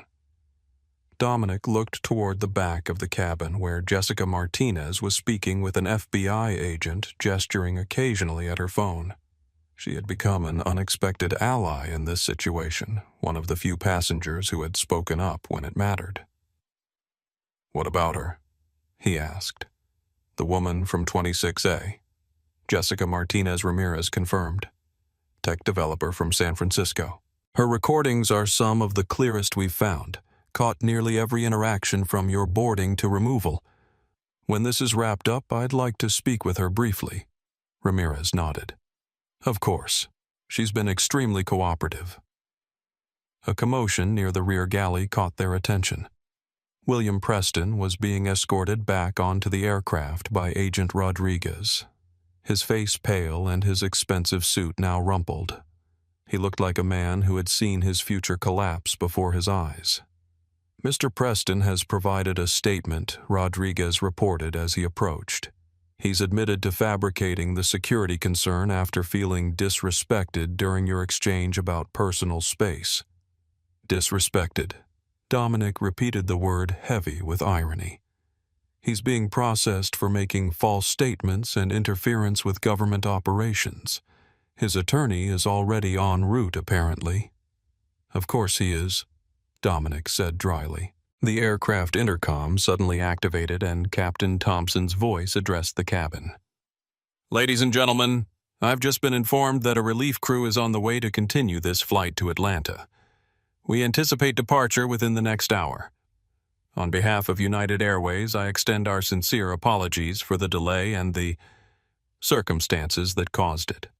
The announcement was met with a mixture of relieved sighs and skeptical murmurs from the passengers, many of whom were still recording the ongoing activity. Dominic checked his watch. The Bureau aircraft would be ready soon, offering a faster route to Atlanta and his father's hospital bed. But before he left, there was one more matter to address. He approached Jessica, who had just finished giving her statement to the FBI agent. She looked up as he neared tucking a strand of dark hair behind her ear. "All done?" he asked. "Just finished," she confirmed. "They're keeping copies of everything I recorded." "Thank you," Dominic said sincerely. "Not just for the recordings, but for speaking up when it mattered. Most people don't." Jessica shrugged, though her expression was serious. "I couldn't just sit there. What they did was wrong, and they knew it was wrong. Sometimes you have to say something." "That courage makes a difference," Dominic told her. "More than you might realize." She studied him for a moment. "You know, even before you showed that badge, you handled yourself with incredible dignity. Most people would have lost it." Dominic smiled faintly. "My father taught me that dignity isn't what others grant you. It's what you maintain despite how they treat you. Smart man, your dad." "Yes," Dominic agreed, thoughts returning to his father's hospital bed in Atlanta. "He is." Agent Ramirez approached them. "Agent Reynolds, the Bureau aircraft is ready. We should depart within 15 minutes if you want to make that flight." Dominic nodded. "Thank you." He turned back to Jessica. "Safe travels to Atlanta." "You too," she replied. "I hope, whatever's waiting for you there, I hope it goes well." With a final nod of appreciation, Dominic moved toward the front of the aircraft where Heather Wilson stood with another flight attendant, both watching him with a mixture of fear and shame. "Ms. Wilson," he acknowledged her as he passed. "Agent Reynolds," she replied, her voice barely above a whisper. "I want to apologize for—" "Not now," he interrupted gently. "There will be time for that later in the appropriate forum. Right now, I suggest you focus on cooperating fully with the investigation." She nodded mutely, tears welling in her eyes. As Dominic exited the aircraft, he found Airport Security Director Chen waiting in the jetway, his expression grave. "Agent Reynolds," Chen began. "I want to personally apologize for the actions of my officers. Their behavior was completely unacceptable and does not reflect the standards of our security force, Mr. Chen." Dominic replied evenly. "I appreciate the sentiment, but the issue goes deeper than individual actions. This was a failure of training of culture and of accountability. Officers Riggs and Anderson didn't act in a vacuum." Chen nodded soberly. "You're right, of course. We have serious work to do." "Yes, you do," Dominic agreed. "And that work begins with acknowledging that what happened today wasn't an anomaly or a misunderstanding.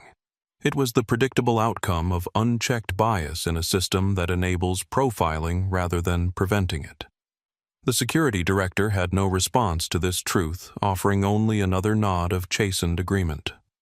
Dominic continued through the terminal, accompanied by Agent Ramirez toward the separate area where the Bureau aircraft awaited. As they walked, heads turned, passengers recognizing him from the videos that were now circulating widely online. "Your face is out there now," Ramirez observed quietly. "Operation Vanguard may need to be restructured.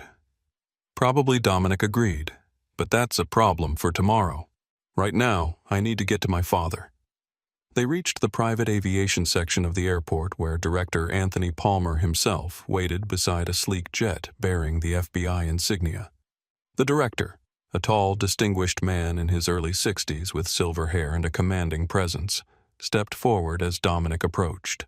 Reynolds Palmer greeted him, extending his hand. "Quite a situation you found yourself in." "Not by choice, sir," Dominic replied as they shook hands. "Never is Palmer," agreed grimly. "Walk with me." As they moved toward the aircraft, the director spoke in low tones. "The videos are everywhere.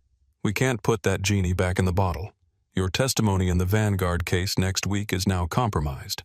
"I understand, sir. Alternative arrangements already in motion. U.S. Marshals are preparing a security detail for your family as well, just as a precaution." Dominic felt a chill at the mention of his family. "My sister and father need to be briefed immediately." "It's being handled," Palmer assured him. "In the meantime, this incident has created another kind of opportunity. The Bureau has been trying to address profiling in air travel for years. Your experience, captured so clearly on video and witnessed by dozens, provides irrefutable evidence of the problem. With respect, sir, I'm more concerned about my father's health than being the poster child for anti-discrimination initiatives right now." Palmer nodded understandingly. "Of course. Family first. But when you're ready, we should discuss how to leverage this situation for positive change." They reached the steps of the aircraft where two more agents waited. Palmer placed a hand on Dominic's shoulder. "Get to your father, Reynolds. We'll handle the fallout here."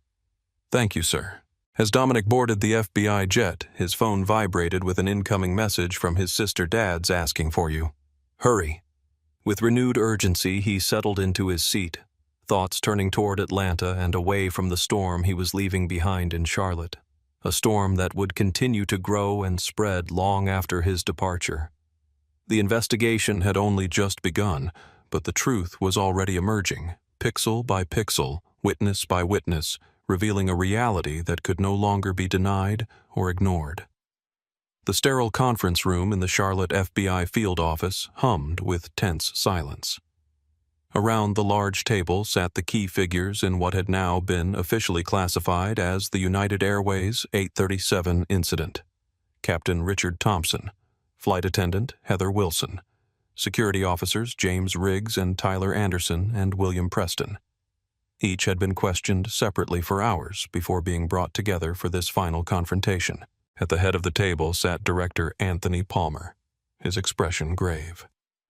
To his right was Agent Gabriela Ramirez, and to his left an empty chair, a chair that commanded the attention of everyone present through its very emptiness. The door opened and Dominic Reynolds entered.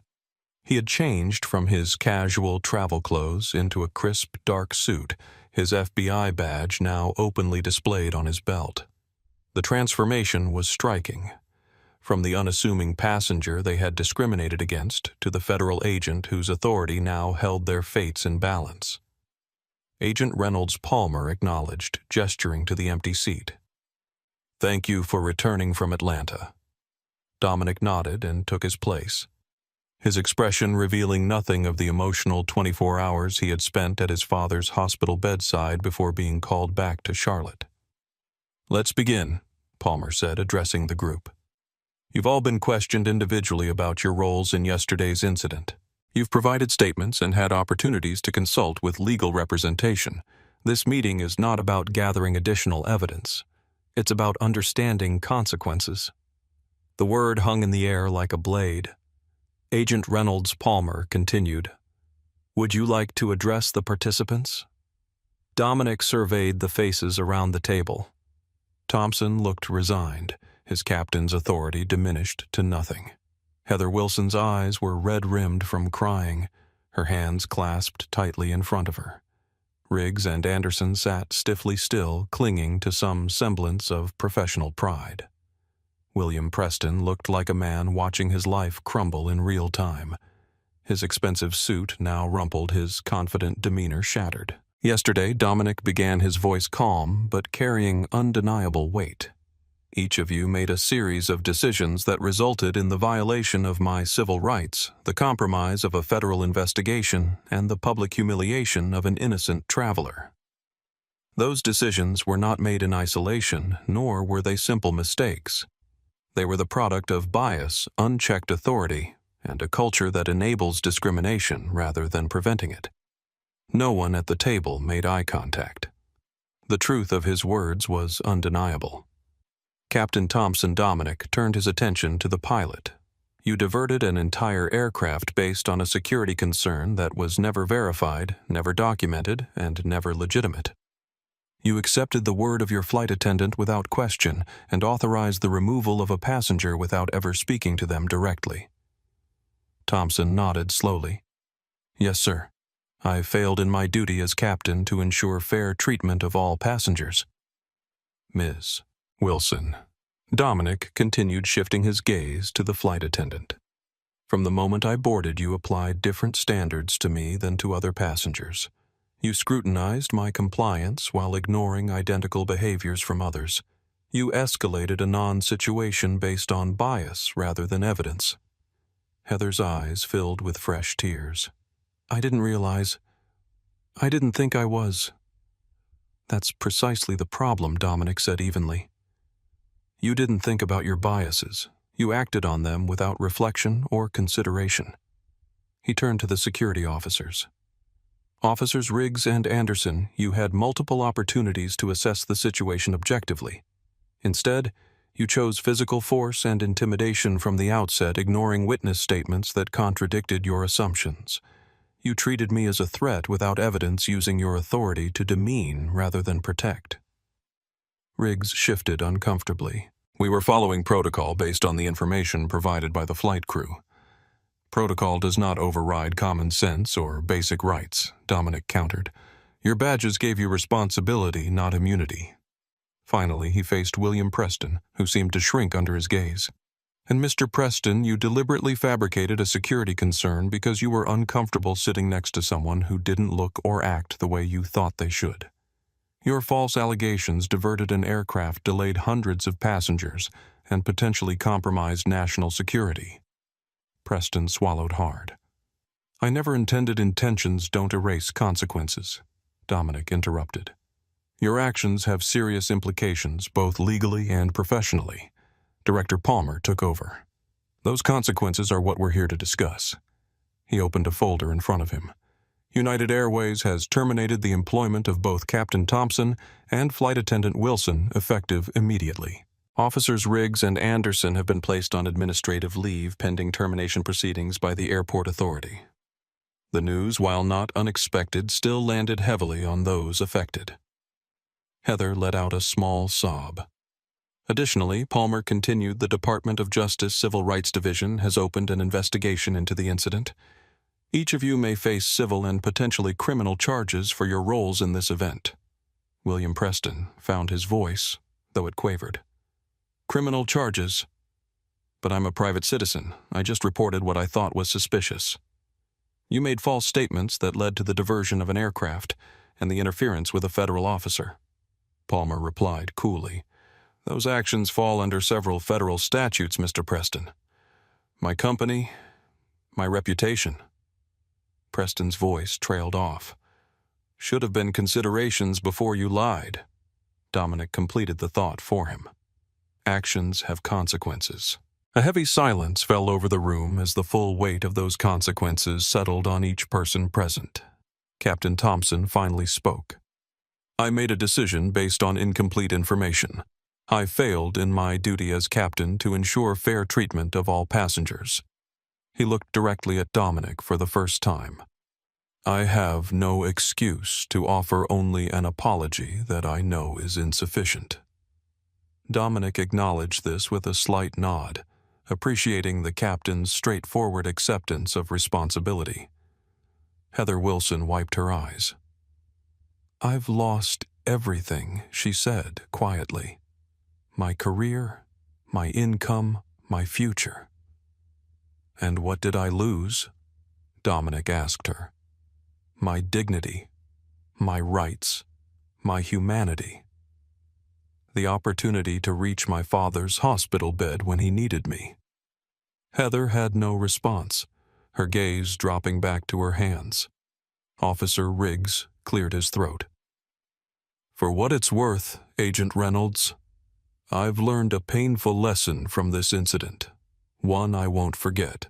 Lessons shouldn't require victims, Dominic replied. But if this experience truly changes how you approach your authority in the future, perhaps some good will come of it. Palmer closed his folder. This incident has attracted national attention. The videos have been viewed millions of times. Congressional representatives are calling for hearings on profiling in air travel. What happened on Flight 837 may prove to be a catalyst for long overdue changes in how airlines and security personnel operate. Small comfort to those who've experienced this treatment without a badge to protect them, Dominic observed. True, Palmer agreed, which is why the Bureau is establishing a task force to address these issues more comprehensively. Agent Reynolds, when you're ready, we'd like you to be part of that initiative. Dominic nodded thoughtfully. His father had always taught him that change required both pressure and presence. Pressure to expose injustice and presence to help shape the solutions. One final note, Palmer addressed the group. While the professional and legal consequences of your actions will continue to unfold, I hope each of you takes this opportunity to reflect deeply on the biases that influenced your decisions. Real change begins with that recognition. With that, the meeting was concluded. As the participants were led out by other agents, Dominic remained seated, processing the confrontation that had just occurred. "How's your father?" Palmer asked when they were alone. "Stable," Dominic replied. "The doctors are cautiously optimistic. He's tough," like his son Palmer observed. "You handled this situation with remarkable composure, Reynolds. Many agents would have revealed their credentials immediately to avoid the humiliation, and missed the opportunity to document a pattern of behavior that affects countless travelers who don't have badges to protect them." Dominic shook his head. "Sometimes the most powerful evidence comes from letting bias play out in the open." Palmer nodded thoughtfully. "Operation Vanguard has been restructured. Your testimony will now be handled differently. Video deposition enhanced security protocols. The U.S. Marshals are maintaining surveillance on your family as a precaution." "Thank you, sir." "When do you return to Atlanta?" "Tonight," Dominic said. "My father's asking for me." "Of course. Take whatever time you need. Family comes first." Palmer stood extending his hand. "Your actions in this situation, while personally difficult, may end up changing air travel policies for the better. Sometimes justice comes from unexpected places." As they shook hands, Dominic thought about the cascade of consequences that had flowed from a simple flight home. Consequences that would continue to ripple outward long after today's confrontation. The perpetrators had been faced, the truth acknowledged. Now the harder work of actual change could begin. The FBI Gulfstream jet cut through the evening sky, its sleek form illuminated by the setting sun as it approached Atlanta.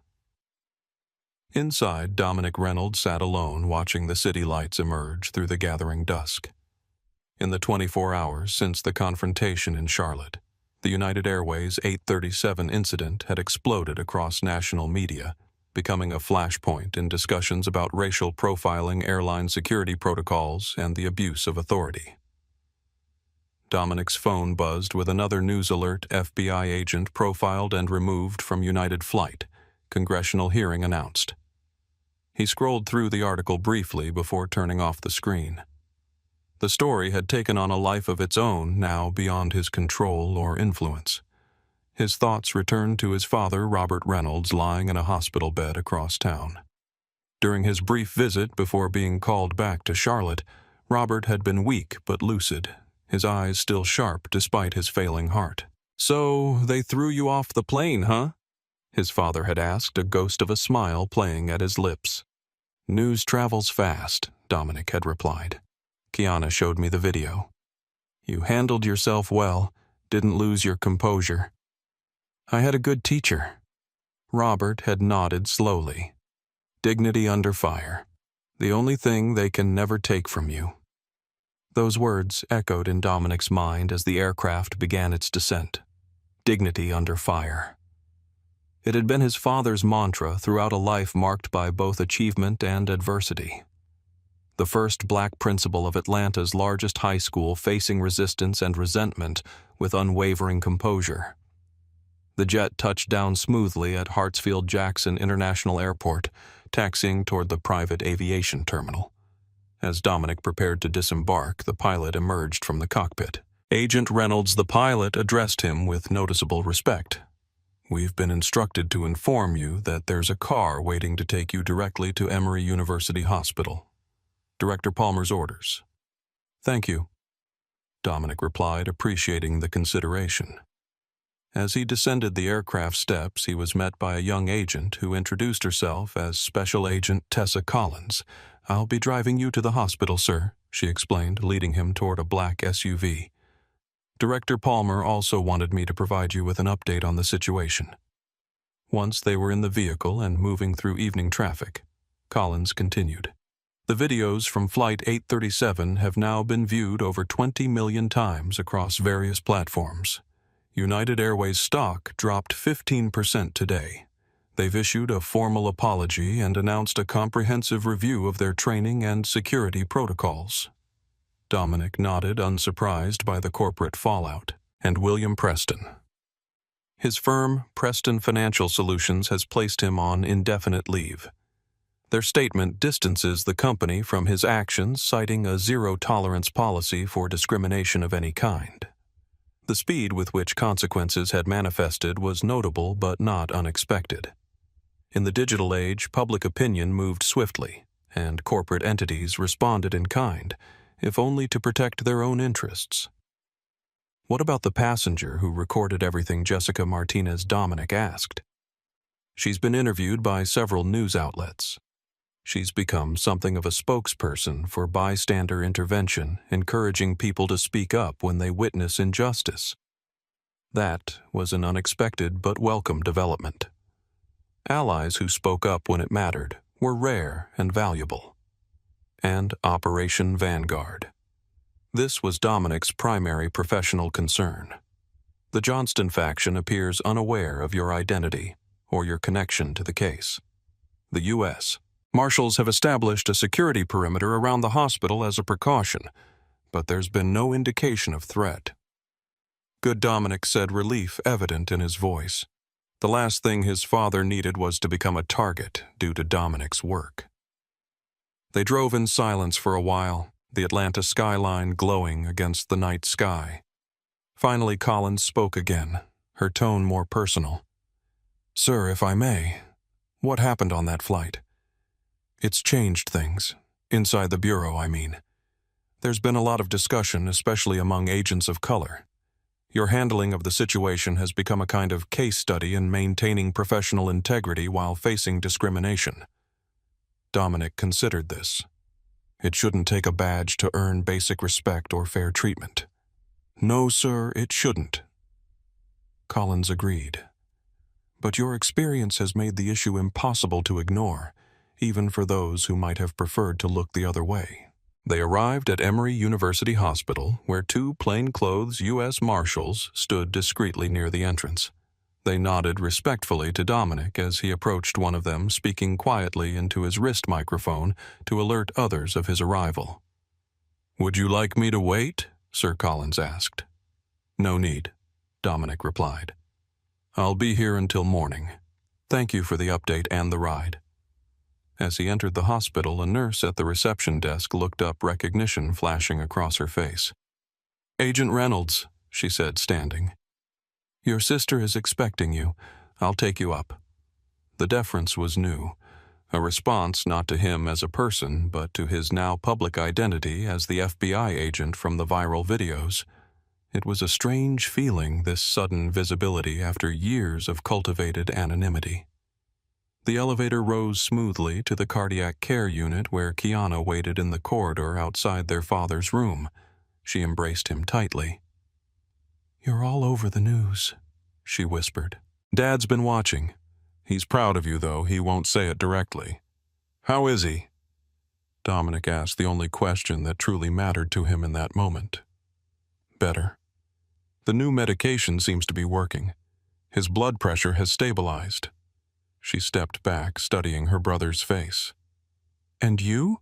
How are you holding up with all this attention? Dominic shrugged slightly. It's not about me anymore. It's become something bigger. It was always something bigger, Kiana corrected him. You just happened to be the one who exposed it in a way people couldn't ignore. They entered the hospital room together. Robert Reynolds lay propped up in bed, an array of monitors tracking his vital signs. Despite his condition, his eyes were alert and focused, brightening as they fell on his son. There he is, Robert said, his voice weak but warm. The man who shut down an airline with just a badge. The airline's still operating? Dad Dominic replied with a small smile. Just with a few less employees than before. Sit down, tell me everything, Robert insisted. The news only gives half the story. As Dominic settled into the chair beside his father's bed, he felt the weight of the past 2 days begin to lift. Here in this quiet room with the two people who knew him best, he wasn't Agent Reynolds of the viral video or the catalyst for a national conversation about profiling. He was simply a son, a brother, a man returning to the foundation that had shaped his character and principles. The journey that had begun on United Airways Flight 837 would continue long after this moment, rippling through policies, practices, and public consciousness. But for now, Dominic was exactly where he needed to be, not fighting injustice or confronting perpetrators, but simply being present for the man who had taught him the meaning of dignity under fire. The most important journey, after all, had never been about reaching Atlanta. It had been about honoring the values that had guided him there through turbulence, both literal and metaphorical, toward a truth that could no longer be denied. 3 days after the incident on United Airways Flight 837, Dominic sat beside his father's hospital bed, a tablet in hand, scrolling through the cascade of developments that had followed his removal from the aircraft. Robert Reynolds was recovering steadily, his condition upgraded from critical to stable, allowing Dominic to divide his attention between family care and professional aftermath. Look at this, Dominic said, turning the tablet so his father could see the screen. United Airways CEO Thomas Miller just announced a comprehensive overhaul of their training protocols and security procedures. Robert adjusted his glasses to read the statement. What occurred on Flight 837 represents a profound failure of our values and standards. We are implementing immediate changes to ensure such discrimination never again occurs on our aircraft. Words, Robert commented skeptically. Companies are good at words when the cameras are rolling. There's more, Dominic continued. They've appointed an independent oversight committee to review all passenger removal incidents from the past 5 years, specifically looking for patterns of bias. And they've committed to publishing the findings along with concrete steps for reform. Robert raised an eyebrow, impressed, despite his skepticism. That's more substantial. Public accountability makes a difference. The hospital room television, muted but visible from the bed, showed a news anchor speaking earnestly, the chyron below, reading FBI agent profiled congressional hearings scheduled. Video footage of the Charlotte airport played beside her, showing Dominic being escorted by security officers. You're famous now, Robert observed dryly. How's that working out for Operation Vanguard? Dominic set down the tablet with a sigh. It's complicated. My testimony has been restructured. Video deposition instead of in-person appearance. Additional security protocols. The trial proceeds next week, but my role in it has changed significantly. And the Johnston faction. No indication they've identified me yet, but the Bureau isn't taking chances. Hence the U.S. Marshals outside your door. Robert nodded thoughtfully. A small price to pay for the changes this incident might bring about. That's what Director Palmer said. Dominic agreed. He called it a catalyst moment, when public attention creates an opportunity for reforms that were previously impossible to implement. Their conversation was interrupted by a knock at the door. Kiana entered carrying a tray of coffee cups. "You two solving the world's problems again?"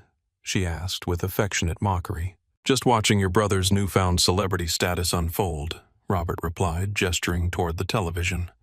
Kiana handed them each a coffee. "It's not just the airline, you know. This story has touched a nerve everywhere. People are sharing their own experiences with profiling, in stores, at security checkpoints, and first-class cabins. It's like a dam broke." Dominic nodded soberly. "What happened to me happens to people every day. The only difference is I had a badge that forced them to confront their biases." "And cameras," Kiana added. "Don't underestimate the power of those videos.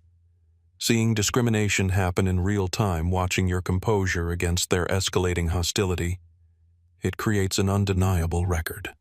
The tablet chimed with another news alert. Dominic glanced at the screen.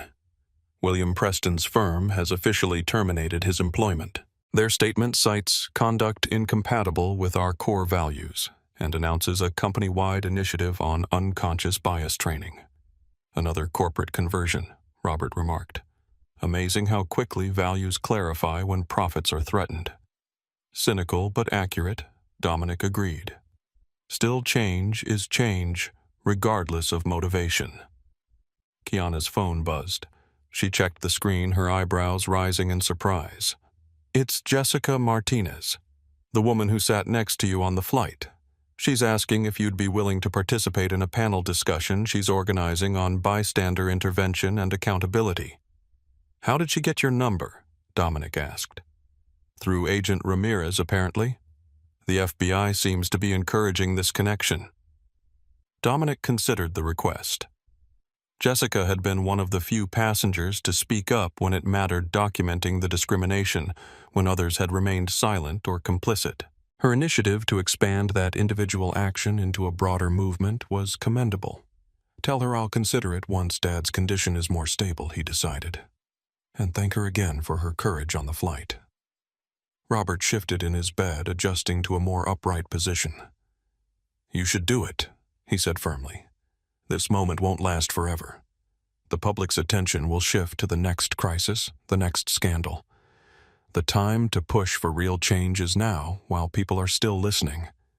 Dominic recognized the familiar determination in his father's voice, the same tone that had pushed for integration of faculty housing at his high school in the 1970s, that had demanded curriculum reforms in the 1980s, that had never stopped believing in the possibility of progress, however incremental. "You're right," Dominic acknowledged. "As always." The tablet chimed again with another news alert. "Airport security officers fired. Civil rights investigation launched." "Officers Riggs and Anderson?" Kiana asked. Dominic nodded, scanning the article. "The Charlotte Airport Authority terminated them this morning. The Department of Justice Civil Rights Division has opened a formal investigation into their actions and the broader patterns of enforcement at the airport." "And what about the flight attendant?" "The one who started all this?" Robert asked. "Heather Wilson." Dominic supplied the name. "She was fired immediately. According to this, she's issued a public apology and has requested to meet with me personally." "Are you going to do it?" Kiana asked. Dominic was silent for a moment, weighing the question. "I'm not sure yet. Part of me thinks it would just be performative, more about alleviating her guilt than creating actual change. Or it could be a genuine opportunity for her to learn," Robert suggested. "People can change when confronted with the consequences of their actions. Not all, but some." "I'll think about it," Dominic promised. The television in the corner switched to a new segment showing the United Airways corporate headquarters, surrounded by protesters, carrying signs with messages like, "Flying while black shouldn't be a crime and accountability now." The movement had grown beyond Dominic's individual experience, evolving into a broader demand for fundamental reforms. "Congress is holding hearings next month," Dominic noted, reading another update. The House Transportation Committee wants me to testify about the incident and its implications for air travel regulations. Will you do it? Kiana asked. If it might help create actual change, yes. Dominic set down the tablet, suddenly weary of the constant updates and escalating attention. But right now my priority is right here in this room. Robert reached out, placing his hand over his son's. I'm not going anywhere just yet, he assured him. The doctors say the new medication is working. My heart's stronger than they expected. Stubborn, you mean? Kiana corrected with affectionate exasperation. Reynolds' men don't give up easily. Robert agreed with a small smile. Whether it's fighting heart failure or challenging discrimination at 30,000 feet. The afternoon sun slanted through the hospital window, casting long shadows across the room. Outside, beyond the glass and the confines of this quiet space, the wider impact of United Airways Flight 837 continued to unfold. In corporate boardrooms, government hearings, social media discussions, and individual reflections. What had begun as one man's humiliating removal from an aircraft had catalyzed a national conversation about who belongs in which spaces, whose comfort matters, and how bias shapes everyday interactions. The videos continued to circulate, the hashtags continued to trend, and the pressure for substantive change continued to build. For Dominic, watching this unfold from his father's hospital room, the wider impact was both gratifying and sobering. The incident had exposed truths that many had long denied or minimized. It had created openings for reforms that might otherwise have remained impossible. It had transformed his own career trajectory in ways yet to be fully determined. But most importantly, it had validated the principle his father had instilled in him from childhood, that dignity maintained in the face of injustice was not just a personal virtue but a powerful catalyst for change.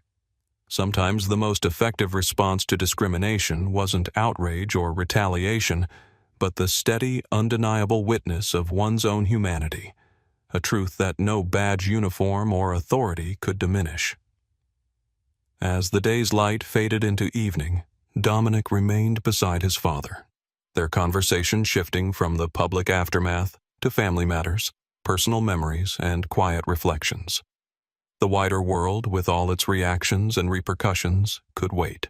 For now, what mattered most was here in this room, in the presence of the man who had taught him how to stand tall when others tried to diminish him.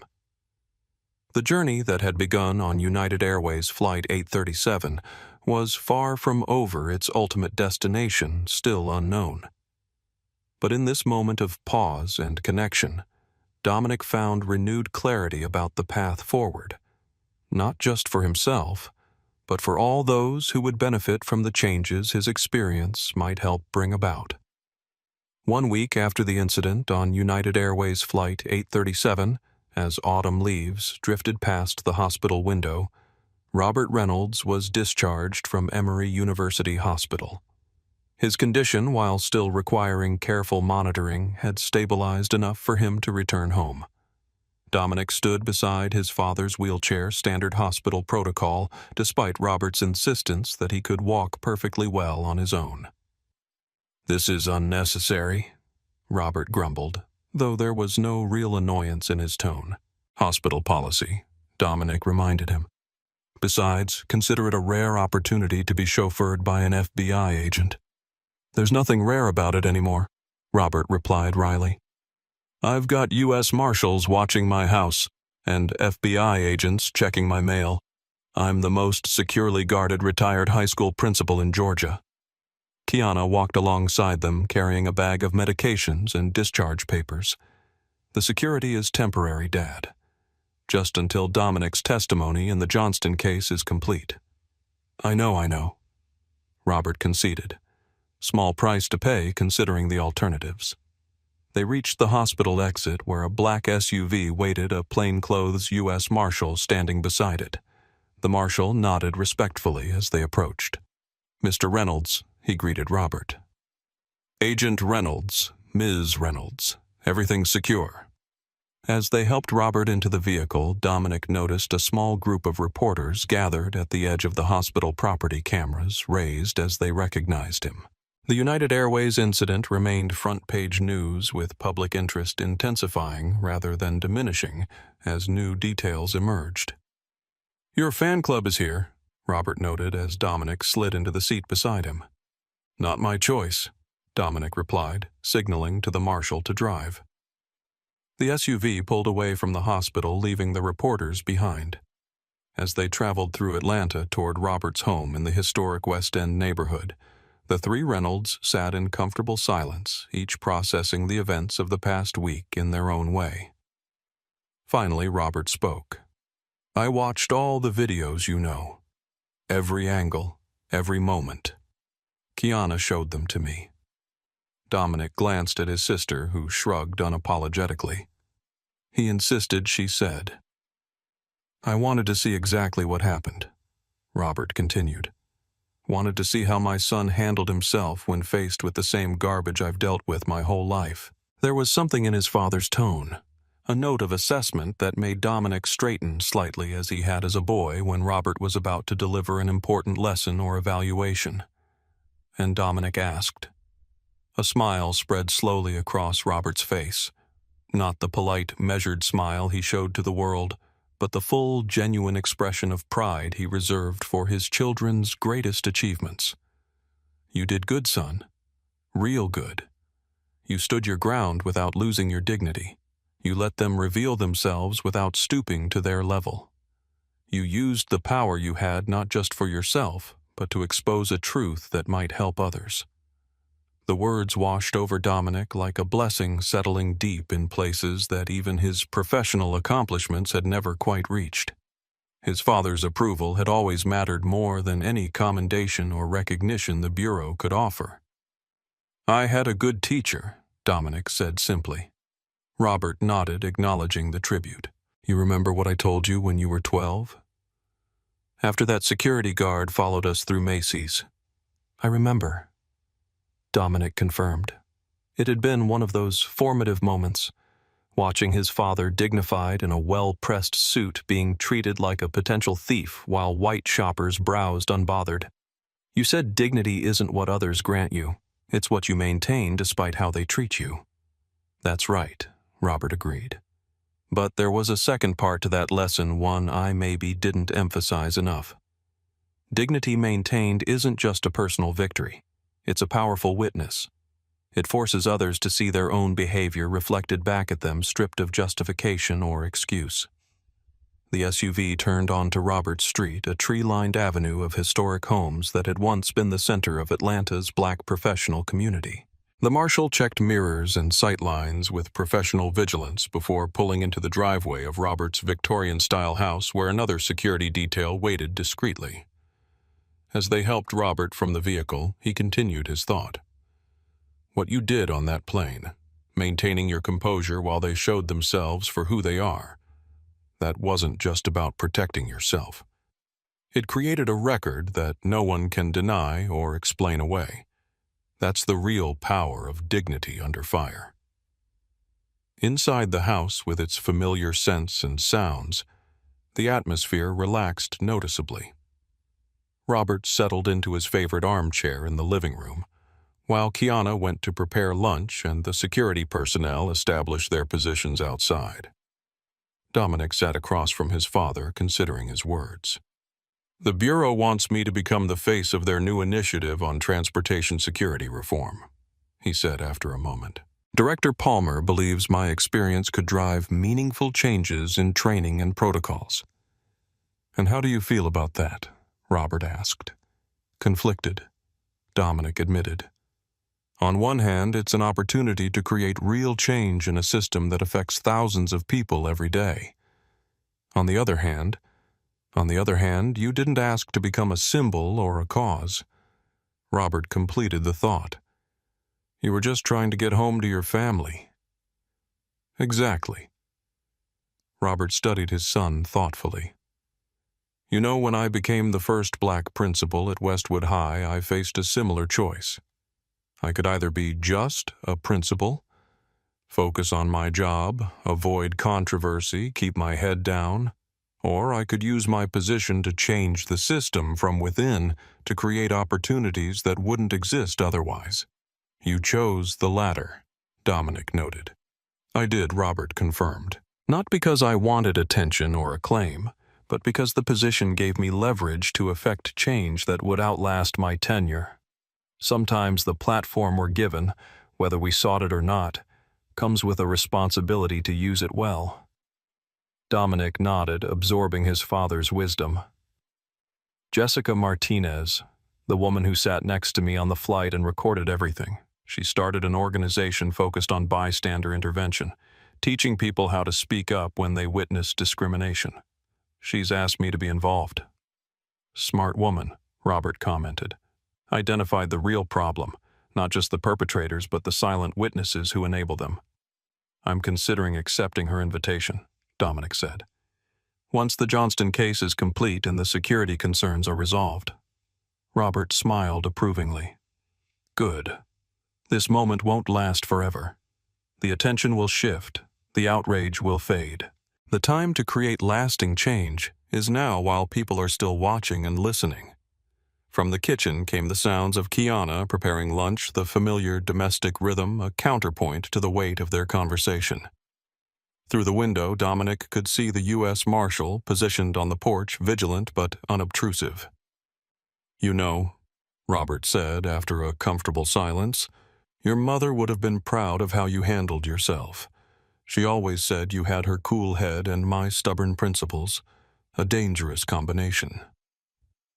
The mention of his mother, gone now for 15 years, brought a bittersweet smile to Dominic's face. I wish she could have seen it. She did, Robert said with quiet certainty. Maybe not the way we see things, but she saw it. Kiana called them to lunch, and as they gathered around the dining table, a family reunited after crisis surrounded by the invisible protection of federal agents, Dominic felt a sense of resolution settling within him. The incident on United Airways Flight 837 had been many things, humiliating, unjust, potentially dangerous to his undercover status. But it had also been clarifying, revealing both the persistent reality of discrimination and the potential for change when that reality was exposed to the light of public scrutiny. Whatever came next, congressional testimony policy reforms, public advocacy, would build upon the foundation his father had laid decades ago. The understanding that dignity was not just a personal virtue, but a powerful catalyst for change, and that sometimes the most effective response to injustice was not outrage or retaliation, but the steady, undeniable witness of one's own humanity. As they shared a meal in the safety of home, Dominic found peace in this personal resolution, not an end to the journey that had begun on Flight 837, but a meaningful waypoint on a path that stretched far beyond a single incident or individual experience. 2 months after the incident on United Airways Flight 837, Dominic Reynolds stood at the podium in a packed congressional hearing room, the seal of the House Transportation Committee displayed prominently behind him. Camera flashes punctuated the solemn atmosphere as he prepared to deliver his testimony on discriminatory practices in commercial air travel. Agent Reynolds began, Representative Elaine Harrington, chair of the committee. Thank you for appearing before us today. Would you please describe for the committee the events that transpired on United Airways Flight 837 on September 15th of this year? Dominic leaned slightly toward the microphone. Chairwoman Harrington, members of the committee, what occurred on Flight 837 was not an isolated incident or a simple misunderstanding. It was the predictable outcome of a system that enables profiling rather than preventing it. For the next 20 minutes, he provided a detailed, measured account of the events, from the initial discriminatory treatment by flight attendant Heather Wilson, through William Preston's fabricated security concerns to the physical removal by officers Riggs and Anderson. His testimony was precise, unemotional, and devastating in its clarity. The issue before this committee, he concluded, is not about one passenger's experience, but about the thousands of travelers who face similar treatment without the protection of a badge or the platform to seek accountability. This is about whether our transportation systems truly serve all Americans equally, or whether they perpetuate and enable the very biases they should be working to eliminate. As he finished speaking, a hushed silence fell over the hearing room, broken only by the continued clicks of camera shutters. The power of his testimony lay not in emotional appeals or dramatic flourishes, but in the undeniable truth of lived experience presented with dignity and purpose. Representative Harrington nodded gravely. "Thank you, Agent Reynolds. Your testimony today will inform our committee's recommendations for regulatory reforms in airline security protocols and passenger rights." The hearing continued with additional witnesses, including Jessica Martinez, who had become a prominent advocate for bystander intervention since the incident. Her organization, Speak Up in Transit. Suit had already trained over 5,000 people in techniques for safely intervening when witnessing discrimination in transportation settings. Ms. Martinez asked Representative Carlos Mendez what motivated you to record the incident and speak up when so many other passengers remained silent. Jessica adjusted her glasses thoughtfully. "I couldn't be complicit in something I knew was wrong. When you witness injustice and say nothing, you become part of the problem. I didn't do anything extraordinary. I just did what anyone could and should do in that situation." Her humble response belied the significant impact of her actions. The videos she had captured had been viewed over 30 million times, sparking a national conversation about racial profiling in commercial settings that had extended far beyond the original incident. After the hearing concluded, Dominic met privately with Director Palmer in a small conference room adjacent to the main chamber. Palmer closed the door behind them, creating a momentary bubble of quiet amid the bustling Capitol. "Well done," Reynolds Palmer said, extending his hand. "Your testimony was exactly what was needed. Clear, factual, and impossible to dismiss." "Thank you, sir," Dominic replied as they shook hands. "Do you think it will lead to actual change?" "It already has," Palmer assured him, gesturing for Dominic to sit. The regulatory reforms this committee is considering have been on the FAA's wish list for years, but they lacked the political momentum to move forward. Your experience, and more importantly, the irrefutable documentation of it, created that momentum. Dominic nodded, recognizing the truth in Palmer's assessment. And the Operation Vanguard case. Any update closed successfully. Palmer reported with satisfaction. Your video deposition was compelling. The Johnston faction leadership received sentences ranging from 15 to 25 years. The organization is effectively dismantled. This was welcome news. Despite the exposure of Dominic's identity, the case that had occupied nearly 2 years of his career had reached a successful conclusion. And the individuals from Flight 837, Dominic asked, "What's the status of their cases?" Palmer opened a folder on the table between them. Heather Wilson pled guilty to federal charges of making false statements and interfering with a federal officer. 18 months, probation, 200 hours of community service, and permanent disqualification from working in commercial aviation. Seems appropriate, Dominic commented. William Preston faces more serious charges. Palmer continued. The U.S. Attorney's Office has charged him with making false statements, interference with a flight crew, and civil rights violations. His trial is scheduled for March.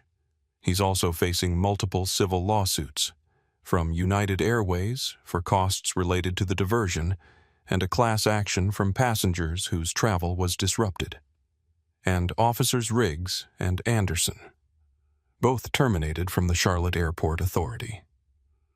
The Department of Justice Civil Rights Division's investigation expanded to include all security removal incidents at the airport over the past 5 years. They've already identified a pattern of discriminatory enforcement that will likely result in additional actions and mandated reforms. Dominic absorbed this information with a measured nod. The consequences had been swift and substantial, not just for the individuals directly involved, but for the systems that had enabled their actions. There's more, Palmer added, turning a page in his folder. Captain Richard Thompson has become an unlikely ally. After his termination from United Airways, he began speaking out about the pressures on flight crews to accommodate prejudiced passengers and the lack of clear protocols for evaluating security concerns. He's now consulting with several airlines on their training programs. "That's unexpected," Dominic admitted. "People can surprise you," Palmer observed. "Sometimes facing consequences forces genuine reflection." They were interrupted by a knock at the door. An aide entered to inform them that their car was waiting to take them back to FBI headquarters. As they gathered their materials and prepared to leave, Palmer placed a hand on Dominic's shoulder. "One more thing, Reynolds. The Bureau's Transportation Security Reform Initiative has been officially approved. We'd like you to head it up, if you're interested." Dominic paused, considering the offer. It represented a significant shift from his previous counterterrorism focus, but also an opportunity to create lasting change in a system that affected countless travelers daily. "I'll need to discuss it with my family," he said finally. "My father's health is still a consideration." Of course, Palmer agreed. "Take the time you need. The position will be there when you're ready." As they walked through the Capitol corridors past staffers and security personnel who recognized Dominic from news coverage, he reflected on the journey that had brought him to this point. What had begun as a humiliating removal from an aircraft had evolved into something far more significant, a catalyst for reforms that might prevent others from experiencing similar treatment. Justice in this case had not been solely about punishment for wrongdoing, though that had certainly occurred. It had been about creating accountability, exposing hidden patterns, and using that exposure to drive meaningful change. It had been about transforming individual suffering into collective progress, a process his father had engaged in throughout his career in education. The autumn sun was bright as they emerged from the Capitol building, casting long shadows across the historic grounds. Justice had been served not just for Dominic Reynolds personally, but for the principle that dignity and equal treatment should not depend on the color of one's skin or the authority of one's badge. The journey was far from complete, but an important milestone had been reached, one that would ripple through policies, practices, and public consciousness long after the cameras stopped rolling and the headlines moved on to other stories. 6 months after the United Airways Flight 837 incident, Dominic Reynolds stood before a diverse group of airline executives, security personnel, and transportation regulators in the main conference room at FAA headquarters in Washington, D.C. Behind him, a large screen displayed the title of the presentation, "Beyond Bias: Reimagining Security and Service in Commercial Aviation." The changes we're discussing today aren't about political correctness or public relations. Dominic stated, his voice carrying authority born of experience. They're about effectiveness, accuracy, and true security. Bias doesn't just harm individuals. It undermines the very systems we've built to keep air travel safe. As the newly appointed special advisor to the FBI's Transportation Security Reform Initiative, Dominic had spent the past 4 months developing comprehensive recommendations for industry-wide changes. Today marked the official unveiling of those recommendations to key stakeholders who had the power to implement them. Our extensive review of passenger removal incidents over the past decade revealed disturbing patterns. He continued advancing to a slide showing statistical analysis. Black passengers were 6.4 times more likely to be removed from flights than white passengers for comparable behaviors. Middle Eastern and South Asian passengers faced similar disparities, particularly after being flagged for suspicious behavior that upon review consisted of nothing more than speaking their native language or wearing traditional religious attire. The data was compelling and irrefutable. Many in the audience shifted uncomfortably in their seats, confronted with evidence that could not be dismissed as anecdotal or isolated. These patterns don't just harm innocent travelers, Dominic emphasized. They actively undermine security by focusing resources on false positives while potentially missing genuine threats. Bias isn't just unfair. It's inefficient and dangerous. He advanced to the next slide, which outlined the key recommendations, standardized evidence-based criteria for security interventions, multi-level verification protocols before passenger removal, mandatory documentation of all security-related incidents, independent review of removal patterns with quarterly public reporting, comprehensive training on objective threat assessment, clear accountability mechanisms for unjustified removals. These recommendations have been developed in consultation with security experts, civil rights attorneys, behavioral scientists, and, most importantly, the passengers who have been directly affected by discriminatory practices, Dominic explained. They represent not just best practices, but necessary steps to ensure our aviation system truly serves and protects all travelers equally. As the formal presentation concluded and the room broke into discussion groups, Dominic stepped aside, observing the industry leaders as they engaged with the material. Thomas Miller, the United Airways CEO who had overseen the company's response to the Flight 837 incident, approached him. Agent Reynolds Miller greeted him, extending his hand. United has already implemented several of these recommendations, but I see we have more work to do. It's an ongoing process, Dominic acknowledged as they shook hands. The important thing is measurable progress and genuine commitment. The quarterly public reporting requirement will be controversial, Miller noted. Many airlines won't want their removal statistics published for competitors and customers to see. Transparency drives accountability. Dominic replied simply. Without it, promises of change remain just promises. Miller nodded, conceding the point. Your experience on our flight has changed this industry more in 6 months than years of internal discussions and gradual reforms. Sometimes it takes a spotlight on our failures to motivate real progress. As Miller moved on to join one of the discussion groups, Dominic noticed a familiar face entering the conference room. Jessica Martinez, now the executive director of Speak Up in Transit, her organization having grown exponentially since its founding. Agent Reynolds, she greeted him warmly. Or should I say Special Advisor Reynolds. Now Dominic is fine, he replied with a smile. How are you, Jessica? The organization seems to be thriving. Beyond our expectations, she confirmed. We've trained over 12,000 people now, and we're partnering with transportation companies to incorporate bystander intervention techniques into their customer service training. I saw the app you developed, Dominic noted. Very impressive. Jessica nodded, her expression brightening with enthusiasm.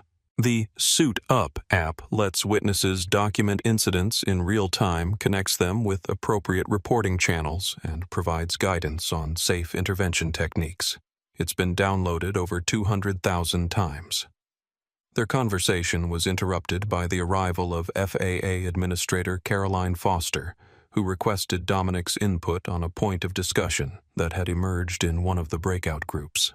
As he excused himself to address the question, Dominic reflected on how far the ripple effects of Flight 837 had spread. The incident had catalyzed changes not just at United Airways, but across the commercial aviation industry. The FAA had revised its guidance on passenger removals, implementing many of the recommendations Dominic had just presented. The Transportation Security Administration had overhauled its behavioral detection protocols, replacing subjective assessments with evidence-based criteria. Airlines had invested millions in new training programs focused on objective threat evaluation and bias mitigation. More significantly, the public conversation about profiling in transportation settings had expanded and deepened. What had once been dismissed as individual complaints or isolated incidents was now recognized as a pattern requiring structural solutions.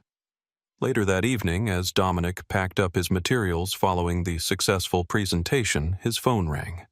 The caller ID showed Dad. "How did it go?" Robert Reynolds asked without preamble when Dominic answered.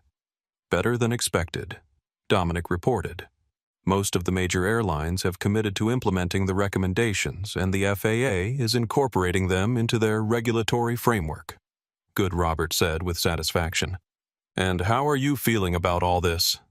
This wasn't the career path you planned." Dominic considered the question as he gazed out the window at the Washington Monument illuminated against the night sky. It wasn't, he agreed, but it feels right. Using what happened to create meaningful change. That's more satisfying than I expected.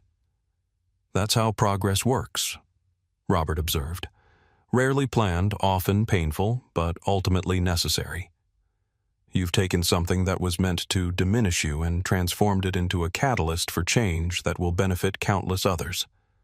I had a good example to follow," Dominic replied, thinking of his father's decades of work transforming educational systems from within. "Speaking of examples," Robert continued, "I've been invited to speak to the Atlanta School Board about incorporating the suit training into their student leadership program. Apparently being the father of the FBI agent from the plane gives me extra credibility these days." Dominic laughed. The Reynolds men changing the world one system at a time. "That's right," Robert agreed, his voice warm with pride. "Though I still maintain your mother deserves most of the credit for your level head in crisis. Lord knows you didn't get that from me." After ending the call, Dominic made his way through the now empty FAA building toward the exit. 6 months ago, he had been forcibly removed from an aircraft his dignity challenged, his identity questioned.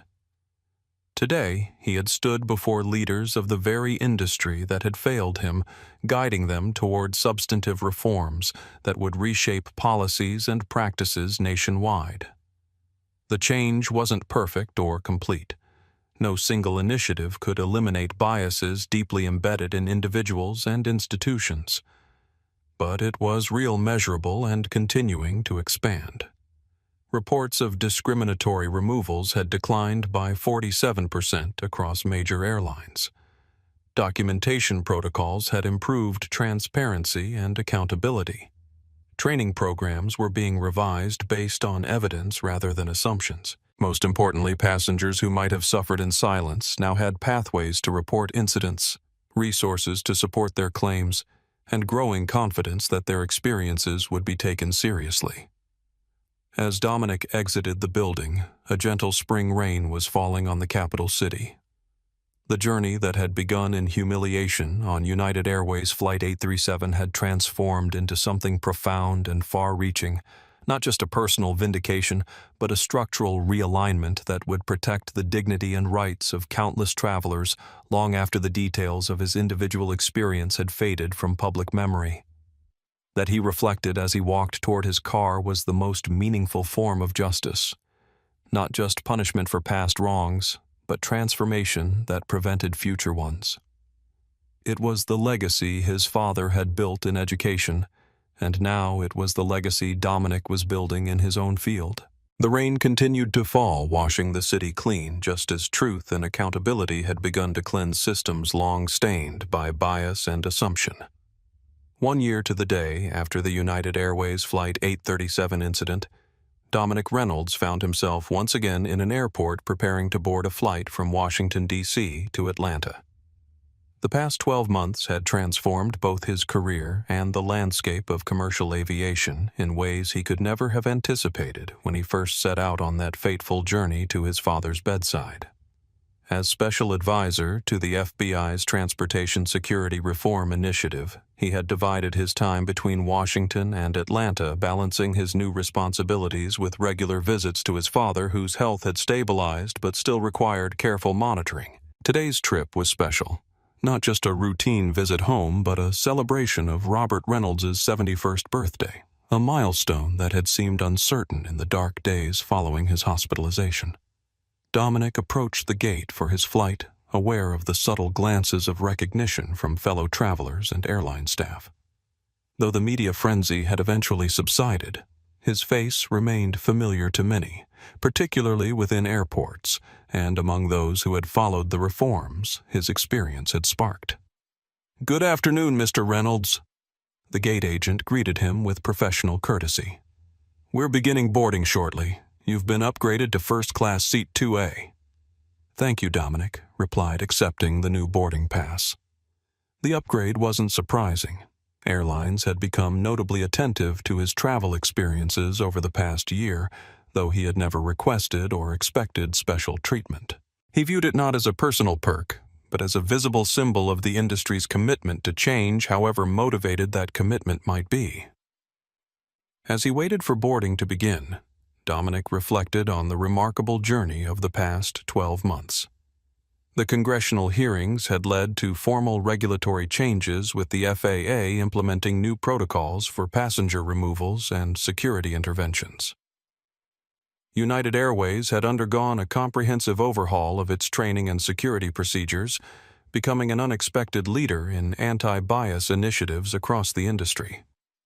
William Preston had ultimately pled guilty to federal charges, receiving 2 years probation, a substantial fine, and mandatory community service. More significantly, his experience had prompted him to reassess his own biases and assumptions, leading to a surprising second act as a speaker on corporate ethics and unconscious bias, a transformation that Dominic viewed with cautious optimism. Heather Wilson had reached out several months after the incident, requesting a meeting that Dominic had eventually agreed to. Their conversation had been difficult but necessary, with Wilson taking full responsibility for her actions without excuse or deflection. She had since become involved with Jessica Martinez's Speak Up in Transit organization, sharing her perspective as someone who had participated in discriminatory practices and now worked to prevent them. The boarding announcement interrupted Dominic's reflections. He gathered his carry-on bag and joined the line, moving efficiently through the process and settling into Seat 2A, the very seat designation that had been the site of so much contention on Flight 837. As other passengers boarded, Dominic noticed a flight attendant approaching, a young black woman with a professional demeanor and a name tag that read Alicia. Agent Reynolds, she greeted him quietly. "It's an honor to have you on our flight today. Your work has changed things for the better. Not just for passengers, but for crew members like me, too." The simple acknowledgement carried weight beyond its words.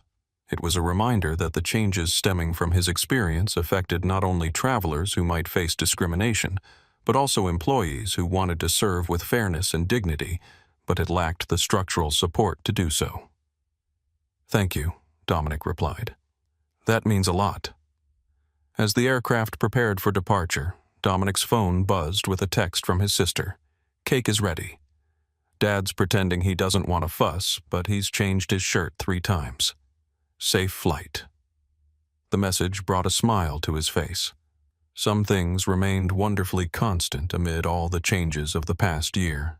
His father's mixture of humility and pride, Kiana's affectionate teasing, the warmth of family that had sustained him through the most challenging moments of his career. The flight took off smoothly, climbing through clouds into clear blue skies. Dominic opened his laptop to review some materials for an upcoming presentation to new FBI recruits about bias recognition and intervention, another outgrowth of his experience that was reshaping not just aviation security, but law enforcement training more broadly. Midway through the flight, the captain's voice came over the intercom. "Ladies and gentlemen, this is Captain Michael Rodriguez speaking. Some of you might recognize that name. I was the first officer who came to check on a situation in the cabin during the now famous Flight 837 incident last year." Dominic looked up, surprised by the unexpected connection. "I just wanted to say that it's an honor to have Special Advisor Reynolds on board with us today." Rodriguez continued. "The changes that have come about because of that incident have made us better, as an airline, as a security system, and as individuals. It's a reminder that sometimes the path to improvement requires confronting uncomfortable truths about ourselves and our practices." A murmur of recognition rippled through the cabin, and several passengers turned to look at Dominic, who acknowledged them with a modest nod. As the flight continued toward Atlanta, Dominic's thoughts turned to a conversation he'd had with his father just after Robert's release from the hospital a year ago. They had been sitting on the porch of the family home watching evening settle over the neighborhood, when Robert had shared a perspective that continued to guide Dominic's approach to his work. "You know," son Robert had said, "what happened on that plane wasn't just about you or about those particular people who treated you badly. It was about a system that allowed it to happen, that expected it to happen. Changing individuals is important, but changing systems is what creates lasting impact. That wisdom had informed every aspect of Dominic's work over the past year.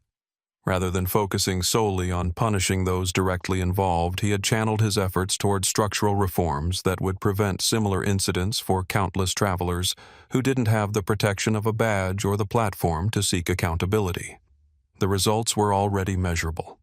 A 62% reduction in disputed passenger removals across major airlines. Standardized documentation protocols that created transparency and accountability training programs that emphasized objective threat assessment rather than subjective perceptions. More significantly, the conversation about bias in transportation settings had expanded beyond aviation to include ride-sharing services, train systems, and cruise lines, all of which had begun implementing versions of the protocols developed through the Transportation Security Reform Initiative. The flight began its descent into Atlanta, the city sprawling below in the afternoon sun. As Dominic prepared for landing, he reflected on the journey that had brought him to this point. Not just the physical journey from Washington to Atlanta, but the longer path from humiliation and injustice to meaningful change and personal growth. When the aircraft touched down and taxied to the gate, Dominic gathered his belongings, nodding his thanks to the flight crew as he disembarked. In the terminal, he spotted Kiana waiting for him, a handmade sign reading FBI's Finest, held jokingly above her head. "Really?" he asked as he approached, eyebrow raised. "Dad made it," she replied with a grin, hugging him warmly. "He's waiting in the car. Couldn't find parking, or so he claims. I think he's just nervous about the surprise party that he definitely doesn't know about." As they walked through the terminal toward the exit, Kiana updated him on family news and birthday preparations. The conversation was wonderfully ordinary, a refreshing contrast to the weightier discussions that had dominated so much of the past year. Outside, they found Robert waiting in the passenger seat of Kiana's car, his face lighting up as he spotted his son. Dominic placed his bag in the trunk and slid into the back seat. "Happy birthday, Dad," he said, reaching forward to clasp his father's shoulder. "Nothing happy about getting older," Robert grumbled, though his eyes betrayed his pleasure at seeing his son. "But having both my children here, that's worth celebrating." As they drove toward the family home where friends and relatives secretly awaited their arrival, Robert turned to look at Dominic. "I watched your testimony at the FAA hearing last week," he said. "You did good, son. Real good." "I had a good example to follow," Dominic replied simply. Robert nodded, understanding the reference to his own lifetime of work, challenging discriminatory systems in education. "You know what I'm proudest of," Robert continued. "Not just that you stood up for yourself when it mattered, but that you turned a moment of personal injustice into something bigger, something that benefits people you'll never even meet." As they arrived at the house where cars lined the street in testament to the gathering inside, Dominic thought about his father's words. The journey that had begun on United Airways Flight 837 had indeed become something bigger than one man's experience or vindication. It had become a catalyst for change, a moment of reckoning that had forced acknowledgement of truths long denied or minimized. It had created openings for reforms that might otherwise have remained impossible. It had transformed his own career path in ways he could never have anticipated. But most importantly, it had validated the principle his father had instilled in him from childhood, that dignity maintained in the face of injustice was not just a personal virtue, but a powerful force for change. Sometimes the most effective response to discrimination wasn't outrage or retaliation, but the steady, undeniable witness of one's own humanity, a truth that no badge, uniform, or authority could diminish. As he followed his father and sister into the house, greeted by the warm chorus of surprise from gathered loved ones, Dominic Reynolds felt the full circle of the journey complete. From humiliation to vindication, from individual injustice to structural reform, from personal crisis to professional purpose, the path had been neither straight nor easy, but it had led to a resolution more meaningful and far-reaching than he could have imagined when it began. In that moment of celebration, surrounded by those who had supported him through the darkest moments and shared in his subsequent triumphs, Dominic found the truest form of justice, not merely in consequences for those who had wronged him, but in the creation of a world where such wrongs would be less likely to occur for anyone regardless of who they were or what badge they carried. That was a legacy worth building, a resolution worth fighting, for a future worth believing in. The story of United Airways Flight 837 and Special Agent Dominic Reynolds continues to inspire travelers and transportation professionals alike. Their experience demonstrates how one person's dignity under fire can transform an industry and protect thousands of future passengers from discrimination. If you've witnessed or experienced profiling while traveling, remember, speaking up matters. Recording creates accountability, and your voice can drive meaningful change. Like, subscribe, and share this video to spread awareness about the ongoing work toward truly equal treatment in our transportation systems.